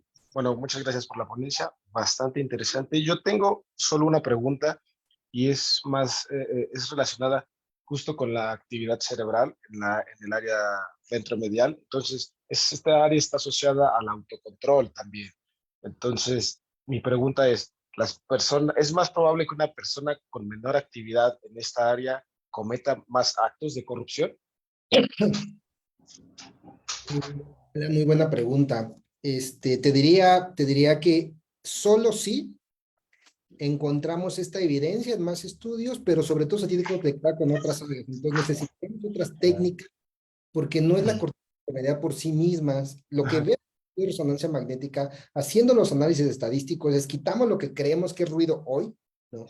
Y dejamos solamente lo que creemos que no es ruido hoy, estadísticamente hablando, y decimos está aquí, pero sabemos que la corteza prefrontal ventromedial es esa parte del cerebro, Alan, que está conectada increíblemente con toda la parte más subcortical del cerebro, con partes que tienen que ver con corteza parietal. Entonces yo te diría que las respuestas desde mi punto de vista no están en qué zona del cerebro, sino las respuestas están en la conectividad funcional entre entre las zonas del cerebro. E incluso, Ok. por ejemplo, en neurobiología se ha transitado de actividad hemodinámica asociada a una actividad cerebral, a modelos hemodinámicos de conectividad.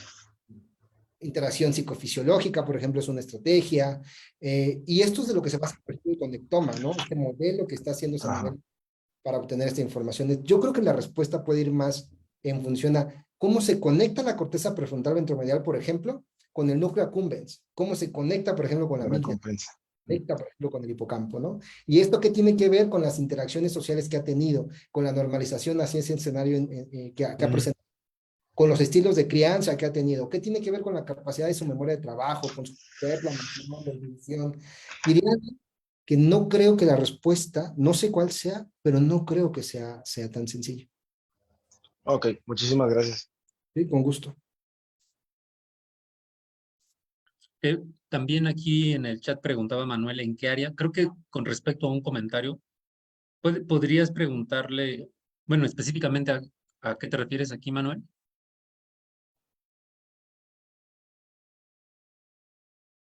El área que mencionó el compañero, de la pregunta, del cerebro, la corteza, ¿qué? Decía prefrontal ventromedial, digamos que es la que está por encima de los globos oculares. Ok, es que me pareció interesante. Sí. Muchas gracias. Ok. Hay un comentario del maestro Jorge. Sobre el desarrollo del comportamiento hace falta mucho análisis. Por supuesto, la educación moral, religiosa y el temor a la exposición o el castigo inhibe o favorece las conductas deshonestas. Esto no es el tema, pero podría ser útil para discriminar a los sujetos. Sí, desde luego que es de utilidad. En el proyecto de investigación que estoy desarrollando, incluso meto la variable de si tienen una religión, ¿no? Digamos, por esta idea omnipresente de que hay alguien que me está viendo y que me puede juzgar, si puede ser suficiente para meterla como una variable de interés. Desde luego que está relacionado. Ok, hay otra participación. Gerardo, ¿qué tal, Gerardo?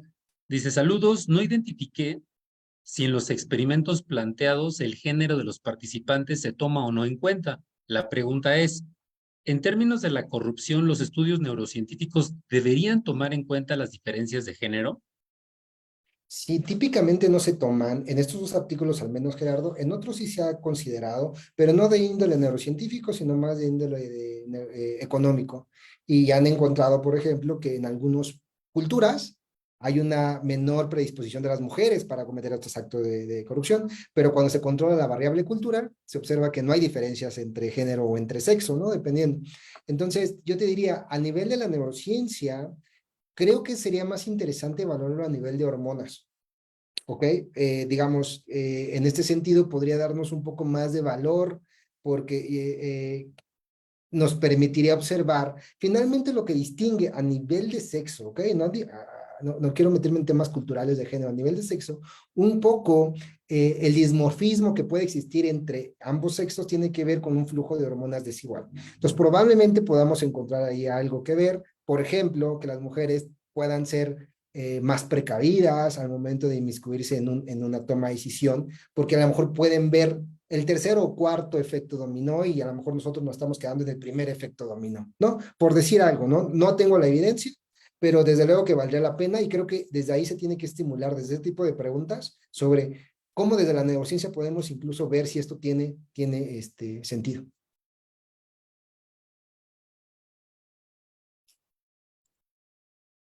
Ok. Elba pregunta, bueno, es pregunta para nuestro ponente. Dice, a mí me interesa la relación del efecto de la alimentación en actos como el suicidio o la violencia. Pero dice, bueno, ¿cómo se podrían estudiar desde la economía del comportamiento? No sé si es una pregunta, si es una pregunta para nuestro ponente, Elba, o sea, o desde la neurociencia en general es tu preocupación. No sé si desde la economía del comportamiento o si desde el enfoque de la neurociencia que fue el que presentó el maestro Eben. Sí, porque si es de la economía del comportamiento, pues le echo la bolita a Luis. No, pero seguramente es neurociencia. Ahí está, mira, ya. Dice, sí, desde la neurociencia, porque lo que comemos pues afecta a nuestro cerebro, ¿no? A ver, no sé si tengas ahí alguna opinión, Eben, adelante. Ok, sí, ya estamos moviendo a áreas más clínicas. Bueno, el suicidio y la violencia son áreas muy diferentes, ¿ok? Pero lo primero que hay que entender es que cerebralmente hablando, psicológicamente hablando, clínicamente hablando, son áreas muy diferentes. Las causas por las cuales las personas se pueden suicidar son múltiples, ¿ok? Múltiples, de verdad. O sea, uno pensaría que es la más probable es depresión, les diría que no. ¿Ok? O sea, depresión no está relacionada necesariamente con suicidio, no quiere decir que entonces no tenga ningún vínculo.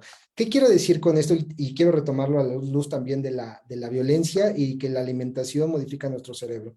Primero es, sí modifica la alimentación a nuestro cerebro, desde luego, ¿no? Comentaba con Luis hace unos días que increíblemente el cerebro ocupa el 2% del peso del cuerpo, pero consume el 20% de glucosa y oxígeno. O sea, es de lo que menos pesa, pero de lo que más gasta, ¿no? Entonces, a esta luz también hay que decir que hay aminoácidos esenciales y no esenciales, ¿no? La serotonina, el precursor que se llama triptófano, se adquiere de la dieta. Entonces, una dieta baja en triptófano es una deficiencia de serotonina de forma crónica si nosotros no incluimos en nuestra dieta triptófano, lo cual no sucede lo mismo, por ejemplo, con otros precursores de otros neurotransmisores, ¿no? Como la colina, etcétera. Entonces, yo diría primero que no afecta de forma homogénea, esa es la primera cuestión, y la segunda es, desde luego que tiene que ver con la alimentación, desde luego que tiene que ver también, pero no de forma directa, sino cómo está la presión arterial en función de la alimentación que tienes y que eso afecta, porque al cerebro llega la sangre, ¿ok? Llega la glucosa y llega el oxígeno a través de capilares. Entonces, de cuenta que tú te echas una hamburguesa la hamburguesa no le llega al cerebro, ¿ok? O sea, le va a llegar los efectos secundarios a eso, si tienes tapada una arteria, etcétera. En ese sentido, puede afectar de forma indirecta. Entonces, digamos que en ese sentido más o menos vendría mi respuesta, Valeria. No sé si con esto aclaré un poco la duda que planteas.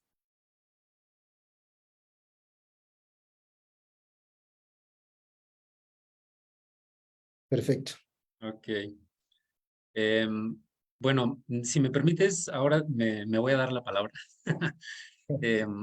Yo fíjate que, bueno, como te comentaba al principio, creo que hay muchas preguntas, hay muchas cuestiones abiertas. Tener la oportunidad de que alguien como tú, que está haciendo un trabajo en neurociencias, esté directamente haciendo una investigación sobre temas sociales, a mí me parece pues una beta de trabajo, al menos también para la investigación en nuestro país, ¿no? Porque bueno, en otros países, seguramente países anglosajones, pues ya hay más, ¿no? Más literatura, más tradiciones asentadas, y acá pues todavía nos es un tanto ajeno.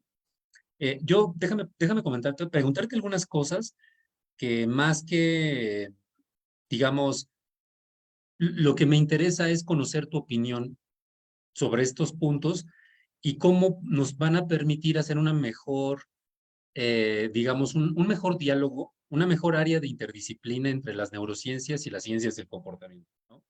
Mira, una primera cuestión, y me gustaría ver tú cómo lo visualizas a partir de la literatura y del trabajo que estás haciendo. ¿Qué tanto, por ejemplo, acá en economía también, pues se tiene ese problema, ¿no? Yo creo que es un problema en general, muchas veces de análisis estadístico, ¿no? De la naturaleza de la explicación. ¿Qué tanto estos estudios nos permiten identificar relaciones causales y qué tanto, más bien, nos hablan de correlaciones entre ciertas regiones del cerebro y ciertos comportamientos, ¿no?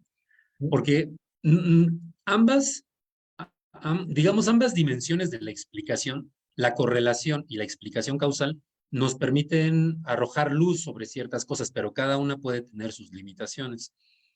Así que la primera pregunta que me gustaría que nos compartieras un poco tu punto de vista, ¿el trabajo en neurociencia tiene un carácter de dar una explicación causal, ¿sí? Sobre la conducta? Si yo te digo, bueno, por ejemplo, vemos a partir de todas estas herramientas que utilizan en esta área, ves una activación y ves una conducta, sería, digamos, en términos epistémicos, sencillo decir, si se activa aquí, entonces es la causa de este comportamiento.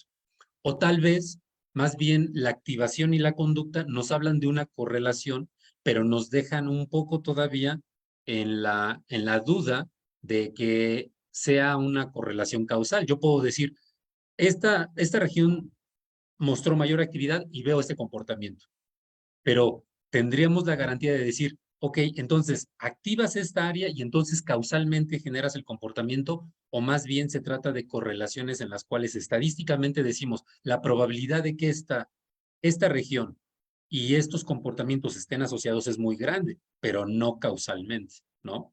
Esa es una primera pregunta. Okay. Otra pregunta que también igual, un poco para que nuestros participantes vean cómo se pueden conectar el trabajo que nos acabas de presentar, el trabajo que estás haciendo con lo que hemos venido trabajando en el seminario, y está relacionada a la pregunta que te hizo Francisco, y yo sí, efectivamente, ¿no? Uno puede pensar eh, en ciencias del comportamiento, dado que los experimentos tienen ese carácter conductual, ¿no? Hay muchas reglas que tienen que ver con el protocolo de que, por ejemplo, pues no puedes mentirle a la gente, ¿no? Sé que depende, sé que hay diferentes aspectos, diferentes situaciones en las que puede ser o no permisible, ¿no? No creo que no hay una sola ética de la investigación, realmente, ¿no? Pero yo también tengo un poco esa curiosidad de que ahí, por ejemplo, nos comentabas de que había alguien que buscaba la forma de engañarlo, ¿no? Perdón, no de engañarlo. Sí, bueno, no sé si de engañarlo o de incitarlo a que transgreda una norma, ¿no? Eso, por ejemplo, conductualmente, sé que puede tener pues mayor resistencia, ¿no? De cómo en un experimento empujas a alguien a que transgreda una norma, ¿no? Por ejemplo, ¿no? Usualmente es difícil, o sea, no sé, dependiendo. En el mundo anglosajón sé que son muy estrictos. Acá en México, como no tenemos tantas tradiciones experimentales en ciencias sociales, desconozco qué tan permisible o no. Pero yo sí te quiero preguntar, bueno, esta parte, para ahondar un poquito en la respuesta que le diste a Francisco, eh, ¿qué implicaciones tú le ves, ¿no? De pensar, ok, en el experimento te digo, ¿sabes qué? La tarea consiste en algo. Dado que voy a medir variables de corrupción, voy a buscar la manera de que transgredas la norma, ¿no? Y entonces, ¿cómo respondas a eso? Aunque tú no lo sepas, para mí va a ser el resultado del experimento, ¿no? Y después termina el experimento y poder decirle, oye, ¿qué crees? Fíjate que lo que pasó era esto y yo te traté de incitar a ver si podías o no transgredir la norma de acuerdo al protocolo, de acuerdo a las reglas del juego, y pues eso me permite medir ciertas cosas. Te lo pregunto no porque yo tenga la pretensión de que no se pueda hacer, quiero aclararlo. Creo que la ética de la investigación debe de ir caso por caso y creo que puede haber casos de permisibilidad, ¿no? Siempre y cuando no haya efectos colaterales, ¿no? En la manera en la que se recluta, en la manera en la que se lleva a cabo el experimento. Pero me gustaría, si nos puedes platicar un poco. Yo sé que estás haciendo un trabajo de investigación, has estado haciendo pilotos, así que te vas a enfrentar a eso en lo que viene de tu investigación en el laboratorio en el que estás trabajando. ¿Cómo ves eso? ¿Qué tanta permisibilidad o no hay con respecto a esas cuestiones? ¿Sale? Ok. Bueno, esa es otra cuestión. ¿Puedo ir, no, Luis, si no se me van a ir, de verdad. Sí, sí, sí, adelante. Eso- Yo bien emocionado, ¿no? Adelante, adelante, por favor. Lo primero es indudable, ¿no? El sueño de todo neurocientífico es encontrar indicadores biológicos, ¿no? Ya lo narrábamos. Históricamente, si podemos explicar un comportamiento por una enzima neurocientífico, le encanta, ¿no? Pero sabemos que esto es muy ingenuo, ¿no? Entonces, nosotros si vemos una actividad cerebral y la asociamos con un comportamiento. Es decir, es un efecto meramente de correlación, ¿no? Con todas las debilidades que tiene la técnica que había referido, que no mides ni siquiera directamente la actividad neuronal, sino de forma indirecta. Y entonces lo que se hace es, identifico esto con esta técnica, lo pruebo con otras técnicas, lo pruebo con otras técnicas, y cada vez voy juntando más evidencia con diferentes técnicas y voy ahí formando un rompecabezas, pero siempre cuidando que, sobre todo en conducta social, ¿no? No podemos llevarlo todo a remitir a una cuestión meramente biológica. Creo que aquí una tesis que les puede interesar al público tiene que ver con la de este sistema funcional complejo de Hanogin, que plantea un poco esta idea de cómo es que el cerebro recluta estructuras cerebrales no en función al proceso, sino a la necesidad cultural. Creo que esto puede dar también un poco de pie y puede ayudar a entender. No está totalmente relacionado. Quiero decirle que las propuestas teóricas que yo hice no dicen directamente, yo quiero abordar este tema, son referencias que yo he estado revisando para buscar un cuerpo teórico que me permita entender a la luz de la neurociencia este comportamiento. ¿Ok? Esa es la primera. La segunda era cuestión de comité de ética. Es verdad, yo al inicio, como lo había desarrollado, era un aviso de privacidad, un consentimiento informado, y luego al finalizar otro. Y hubo unas discusiones con el comité de ética, dijeron, no, eso ya no es necesario, al menos en psicología. Lo que se ha hecho, porque se comparó con estudios que se han hecho fuera, de cómo puedo yo hacer esto si sé que mi variable de interés no tiene que ser entendida por los participantes, se hace el documento de desengaño, y el participante, en función de ese documento de desengaño, acepta que sus datos sean tratados o no. Eso es a nivel papel, ¿no? Ahora, ¿qué consecuencias puede generar a nivel comportamiento, ¿no? Unas cosas que se cuidan o que se cuidaron es primero que los participantes los transformas su nombre en números de folio, de tal manera que el participante más corrupto tú nunca vas a saber quién es, porque un tercero, quien lo invitó y quien generó los documentos, no involucrado en el estudio, solamente sabe quién es y sabe que los documentos, pero no lo asociamos con ese. O yo, por ejemplo, que soy el investigador, es el folio 1519, ¿no? y al 15-19 hizo esto, ¿no? Entonces el participante tiene esta seguridad de, bueno, no sabe mi nombre, no sabe nada, entonces es un comportamiento encubierto para mí también, ¿no? Eso es lo que se buscó un poco para proteger estas posibles culpas o dolores morales de chin, me cacharon y ahora lo van a hacer público, ¿no? Quizá algunos puedan temer esas partes, ¿no? Entonces, en ese sentido tratamos de protegerlo, ¿no? No hay más candados, no hay más candados pues no hemos, al menos en las personas que yo he evaluado, ninguna me ha dicho, oye, no quiero que utilices mis estudios, me sentí engañado, me sentí utilizado, ¿no? Sino, pues admiten, ¿no? Algunos incluso con cierto cinismo dicen, no, pues sí vi la oportunidad, y, ¿no? Ya está. Todo, incluso se normaliza, ¿no? Pues todos lo hacemos, ¿no? Lo decía, lo veíamos en el estudio, cuando evaluamos la transgresión a la norma es muy heterogénea la opinión a cuando hay daño a un tercero, ¿no? Entonces, digamos que en ese sentido, esta es la evidencia que yo tengo, ¿no? Pero no tengo evidencia de si efectivamente genera un cambio en las personas, en su conducta, el hecho de que fueron empujados a hacer engaños, porque al fin y al cabo siguen manteniendo la opción de decir, no, pues no quiero, ¿no? Hagas lo que hagas, no quiero. Pero pues decidieron. Entonces también tienen cierta responsabilidad, digamos, en eso, ¿no? Lo que sí, Luis, es importante es, no se les paga a los participantes por su rendimiento en la tarea, porque de alguna manera sería premiar a aquellas personas que aceptan más sobornos o corrupción. Se les paga por su participación en la tarea. Es decir, se configura una cantidad y en función de esa cantidad, y lo cual se les aclara después del experimento también. Ok, muy bien. Y bueno, también igual te digo, ya seguiremos la charla nosotros. Una cuestión que también tiene que ver con algo que ya te preguntaron.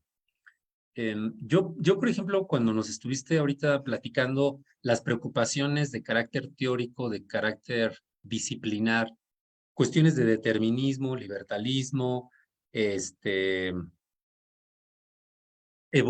digamos, avanzar de explicaciones que no sean tan simplistas, que no partan de axiomas, que muchas veces están como en la psicología popular, ¿no? Y como tú bien señalas, hay gente que está abusando de eso, ¿no? Le pones neuro a algo y automáticamente le da como el carácter de científico, ¿no? O sea, esto pasa en el cerebro del consumidor, ¿no? Por ejemplo, el famoso neuromarketing, ¿no?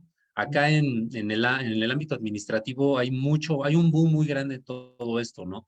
Y desafortunadamente, pues, podría estar basado en experimentos serios, pero llevado a terrenos un tanto, pues, no, donde no hay evidencia, ¿no? O sea, ese es el problema, ¿no? Yo al menos de la poca literatura que conozco al respecto, ¿no? Pero mi cuestión, lo último que digamos que quiero preguntar sobre esto, yo entiendo que el trabajo en neurociencia, como por ejemplo estos experimentos que utilizan la teoría de juegos, que están enfocados a problemas sociales, van pasando como por diferentes niveles y creo que es algo que a lo largo de tu charla no lo estuviste enfatizando, ¿no? Hay como diferentes niveles, no te puedes quedar en un solo nivel, no podemos quedarnos con explicaciones simplistas de como que redúcete a esta parte del cerebro o a este fenómeno, sino que tenemos que ver el fenómeno integral, ¿no? Desde la parte hormonal, la parte neuronal, hasta la parte social, ¿no? Y no puedes hacer una interpretación si descuidas alguno de estos niveles, ¿no? Yo creo que ahí es donde reside la interdisciplina, la complejidad del fenómeno, ¿no? Cuando hacemos esa intersección entre, pues, los descubrimientos de diferentes áreas y buscamos encontrar esos puntos de empalme, ¿no? Y justamente mi pregunta es que, ¿tú cómo ves el desarrollo de la neurociencia para los próximos años? Yo entiendo que, por ejemplo, uno puede decir, lo primero del trabajo es un trabajo a nivel de conocimiento, hacer un rastreo, hacer un mapeo, ¿no? Que nos permite establecer correlaciones a nivel neuronal en otros niveles, ¿no? Ver que las observaciones y las conclusiones a las que llegamos son robustas en ese aspecto, ¿no? Y que estamos haciendo un mapeo, ¿no? Que nos está dando interpretaciones robustas, ¿no? Pero de ahí en adelante, pues el punto al que llega y que creo que tiene que ver con lo que preguntaba Roberto en el chat es, ¿qué tanto falta para que mucho de esto pudiera llegar a convertirse en información o en conocimiento que podamos utilizar de manera operativa, ¿no? En las ciencias del comportamiento, el salto, digamos, de que el conocimiento sobre sesgos, sobre aspectos de la cognición, sobre la toma de decisiones, se estén convirtiendo en herramienta de política pública, es algo que hemos estado viendo, pues, más o menos un poquito más de la última década, ¿no? Creo que los resultados son todavía incipientes, ¿no? Siempre encontramos que no, que ya se utiliza la economía de comportamiento para resolver estos problemas y todo. Yo personalmente creo que hay que tener cuidado.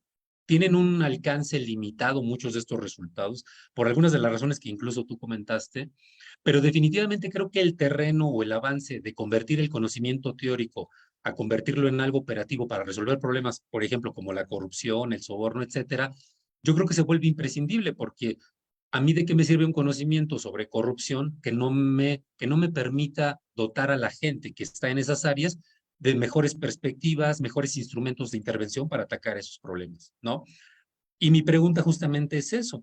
¿Tú cómo ves el desarrollo y la evolución de la neurociencia social para que en algún momento mucho de lo que ahorita se está sentando, de lo que se está discutiendo, posteriormente se pueda convertir en un conocimiento sólido sobre aspectos de motivación, sobre aspectos de actividad cerebral que nos puedan dar herramientas para atacar estos problemas particulares y soborno que pues casi no hay en México, ¿no? Exacto. Sí, sí, es muy estimulante esta pregunta. Pues mira, lo primero diría yo, primer paso, es que la neurociencia se plantee dentro de sus objetivos fenómenos socioculturales y no solo sociales, como lo es el soborno. Hoy la neurociencia social se involucra en fenómenos sociales, ¿no? Y se ha quedado con neuronas espejo, con diferentes teorías que tienen que ver con aspectos sociales, pero no necesariamente neurociencias culturales, ¿no? Entonces yo creo que primero hay que poner como un propósito que aspectos socioculturales forman parte del ramo de las neurociencias, ¿no? A mí me costó muchísimo poder promover mi proyecto de investigación precisamente porque pues nadie dice, pues yo no tengo idea, o sea, no sé, no, ve a buscar la economía, mejor regrésate a derecho. Y entonces estuve en todos lados hasta que pudo, les dijeron, bueno, vea, vamos a meterlo en esta disciplina. Entonces te diría, a nivel de México, al menos de programa pedagógico, estamos muy lejos, ¿no? Pero estoy seguro que personas que les interese más este tema puedan empezar a abrir esas puertas, ¿no? Porque no existe al menos lo he leído en inglés, ¿no? Una perspectiva de neurociencia cultural o sociocultural, pero no lo he visto nunca, ni siquiera hablado, ni siquiera charlado, ni siquiera a nivel reflexivo a veces en nuestro país. Entonces, ahí todavía falta, digamos, un rato, ¿no? Digo que hay técnicas disponibles porque se están haciendo, pero se están haciendo principalmente para cuestiones patologías o principalmente para cuestiones ahorita que está de moda lo social, ¿no? Entonces, hay técnicas disponibles. Entonces, digamos que lo primero es lo que ya referí de integremos la cultura también a los problemas de la neurociencia. Y lo segundo que es muy interesante es mejoremos las técnicas interpretativas, las técnicas y las interpretaciones que tenemos de nuestras técnicas. Entonces, creo que en ese sentido también la resonancia magnética, por ejemplo, ha levantado un poco el escenario, pero es con cuidado los resultados que tengamos, ¿no? Y creo que el punto que probablemente pueda llevar un poco más de tiempo, Luis, tiene que ver con cómo interpretamos lo que encontramos, ¿no? Hace 8 días me llamó un poco la atención que una de las preguntas que se le hacía al doctor Cáceres era, oye, pero el electro evalúa zonas corticales, y de hecho ni siquiera evalúa zonas corticales, solamente evalúa ciertas neuronas corticales, ¿no? Hay que decirlo, pero es una muy buena técnica, porque el sujeto no lo puede controlar, o sea, no es que el sujeto esté controlando esa actividad, entonces tú estás evaluando el proceso en su estado más puro no voluntario, por si queremos entenderlo de esta manera. Pero una de las preguntas era, qué lástima que no se pudo evaluar lo subcortical, ¿no? Y entonces yo me quedaba pensando, ¿y si se hubiera evaluado, qué conclusión hubiéramos dado? O sea, que hay una carga emocional por una situación así, lo sabemos que lo hay. Pero ¿a qué más podemos expandir a esa conclusión? Hoy no tenemos, desde mi punto de vista, mayor volumen teórico que nos permita entender eso que ya sabemos a nivel de patología y que ya sabemos a nivel de enfermedades que tienen que ver con genética o con neurodesarrollo o incluso en cuestiones sociales, a la luz de lo cultural, ¿qué significa? ¿No? Entonces, no, aunque podamos ver si quieres la actividad de la sustancia gris periacueductal del tallo cerebral, ¿qué significa a la luz de un estudio del soborno? Creo que ese desafío es donde nos puede llevar más tiempo, principalmente, y creo que eso solamente se va a poder resolver con la interdisciplina, ¿no? Porque si no lo hacemos de forma disciplinar, creo que vamos otra vez a caer en interpretaciones más de, con razón, mira, ahí está configurado una parte de los sentimientos, ¿no? Algo que pudimos haber dicho sin hacer el estudio. ¿no? Creo que estas son las fases, Luis. Entonces, no me atrevería a decir un tiempo, ¿no? Es imposible estimularlo, pero creo, y me parece que el hecho de que promuevas tus seminarios como estos hace que más personas se enteran que es posible, que lo podemos hacer, que estamos en pañales, que ni siquiera tenemos un cuerpo teórico, pero que vale la pena, ¿no? Porque lo dices tú, casi ni hay soborno en México, ¿no? Entonces, algo tenemos que poder hacer y que estoy seguro que con los hallazgos que tienen más formalizados en economía del comportamiento con respecto a este tema, pueden tener más sentido. Muy bien, Evan, muchas gracias. Pues mira, ya para terminar, si me permites, hay 2 comentarios más y ¿Sí? con eso vamos cerrando porque ya estamos en tiempo. ¿Sí? Durante tu respuesta, hiciste el comentario de que lo social está a la moda. Y aquí Francisco creo que luego le saltó, ¿cómo que está de moda lo social? No sé si puedas aclarar un poquito a qué te referías con eso. Y hay otra pregunta, pero si quieres, ahorita te la leo y ya con eso para que cerramos la sesión. Sí, en neurociencia está de moda lo social, ¿ok? No sé si Francisco está hablando de neurociencia, estoy hablando de neurociencia, que es mi área de estudio, o sea, lo social ha estado de moda todo el tiempo, pues, ¿no? Desde las áreas sociales y no tendría ni objeto de estudio, ¿no? Pero yo me estoy refiriendo a la neurociencia social es del 94 para acá. Es un fenómeno que ha llevado, muchos investigadores se están dedicando al fenómeno de la neurociencia social. Entonces, en ese sentido, se está metiendo mucho interés sobre qué significa neuronas espejo, mentalización, qué significa el circuito de recompensa. En ese sentido, está de moda en neurociencia Ujú. los... No, ya creo que ya le quedó más claro. Nos dice que ok, gracias. Y bueno, una última pregunta de Gerardo que había hecho una pregunta antes en el chat, pero creo que quiso complementarla, reformularla, te la voy a leer. Dice, complemento la pregunta, ¿los estudios neurocientíficos deberían de tomar en cuenta las diferencias de género? Y si hay diferencias notables entre el cerebro de los hombres y el de las mujeres que determinan las causas de comportamiento corrupto. Algo ya dijiste, yo recuerdo, pero si podrías un poco complementar para responder a la inquietud de Gerardo. Ok, claro, sí. Sí, o sea, más que por mera diferencia, para profundizar un poco, estoy diciéndolo no en la luz de estudios de corrupción, porque digo, no hay información más allá de lo que he leído en economía del comportamiento con la respuesta que ya hay, ¿no? Pero lo voy a responder a la luz de la neurociencia y de la diferenciación.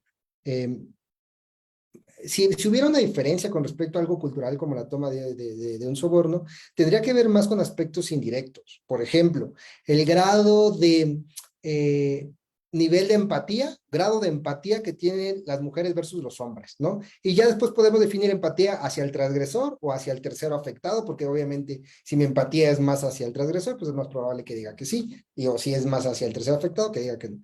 Por ejemplo, en México, los estudios de empatía sí han encontrado una diferencia en que las mujeres tienden a ser más empáticas que los hombres, ¿no? Ahora, decir que esto se debe por cuestión biológica es muy arriesgado, ¿no? Sabemos que culturalmente las mujeres tienen más contacto más temprano durante más tiempo con otras personas.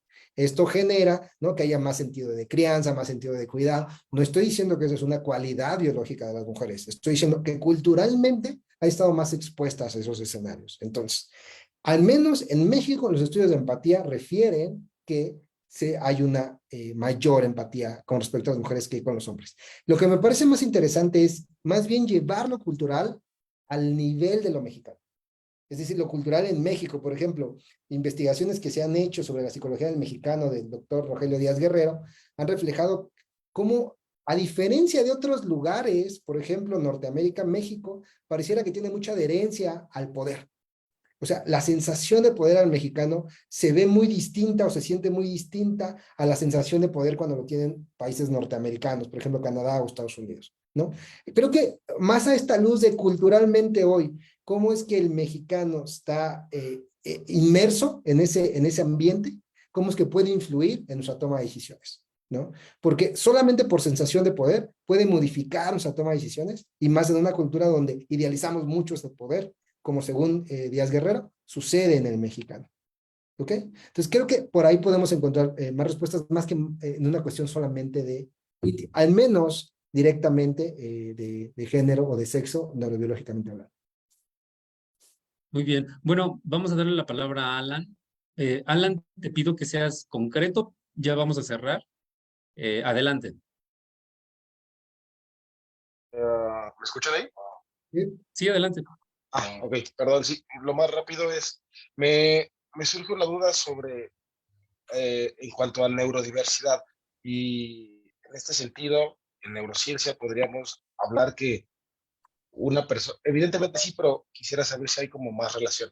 El, por ejemplo, alguien con TDAH toma decisiones evidentemente diferentes no solo por la activación cerebral que bien mencionas, en este caso del área ventromedial, prefrontal y dorsolateral.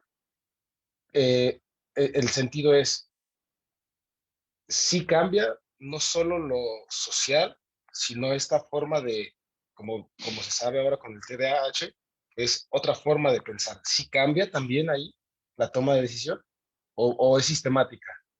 Sí, sí, sí, Alan. No, no, no es sistemática. De hecho, yo te podría incluso decir, no es lo mismo que tú evalúes a una persona que tiene un diagnóstico que hoy se conoce con trastorno de déficit de atención con hiperactividad. Y lo digo de esta manera porque lo que tienes que saber es que en neurociencia y en psicología y en las disciplinas clínicas hablamos de categorías cuando hablamos de enfermedades y eso hace que pierda mucha validez a lo que nos referimos. ¿Ok?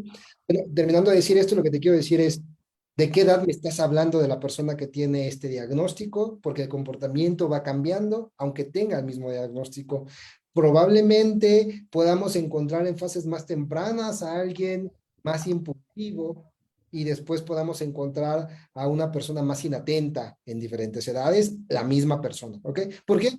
Porque no es una situación que esté ahí adentro de nuestro cerebro y se desarrolle indistinta o independiente a todo nuestro desarrollo cerebral y cultural. Entonces, en ese sentido se modifica. Ahora, la impulsividad, incluso en personas que tienen este tipo de diagnóstico, es distinta. Hay personas que son más impulsivas cuando están en situaciones emocionales apremiantes, hay otros que son más impulsivos cuando están en situaciones de riesgo, hay otros que son más impulsivos cuando se dan cuenta que la situación de riesgo en la cual están no es un riesgo instrumental, sino más bien es un riesgo de oportunidad. Entonces, digamos que el análisis tiene que ser más preciso y por lo tanto te diría en una respuesta corta, no puede ser sistemático. Ok, No podría ok, ser. ok, muchas gracias. Sí, con todo gusto. Bueno, pues estamos en tiempo. Bueno, pues ahora sí, muchísimas gracias, Eben. Te agradecemos mucho tu tiempo, la presentación, las respuestas que nos diste a todas las preguntas. Y te reitero, pues creo que es un área muy promisoria, creo que hay mucho trabajo que hacer, creo que hay muchas cosas todavía por asentar, por seguir investigando y ojalá después te podamos tener nuevamente en el seminario ya con los resultados de tu investigación. Nos encantará que los puedas compartir también en este espacio. Claro que sí, con gusto. Ya llegará ese momento y claro que sí, con gusto. Gracias a todos ustedes, gracias Luis, y que tengan buen viernes. Disfruten el otoño. Perfecto. Muy bien.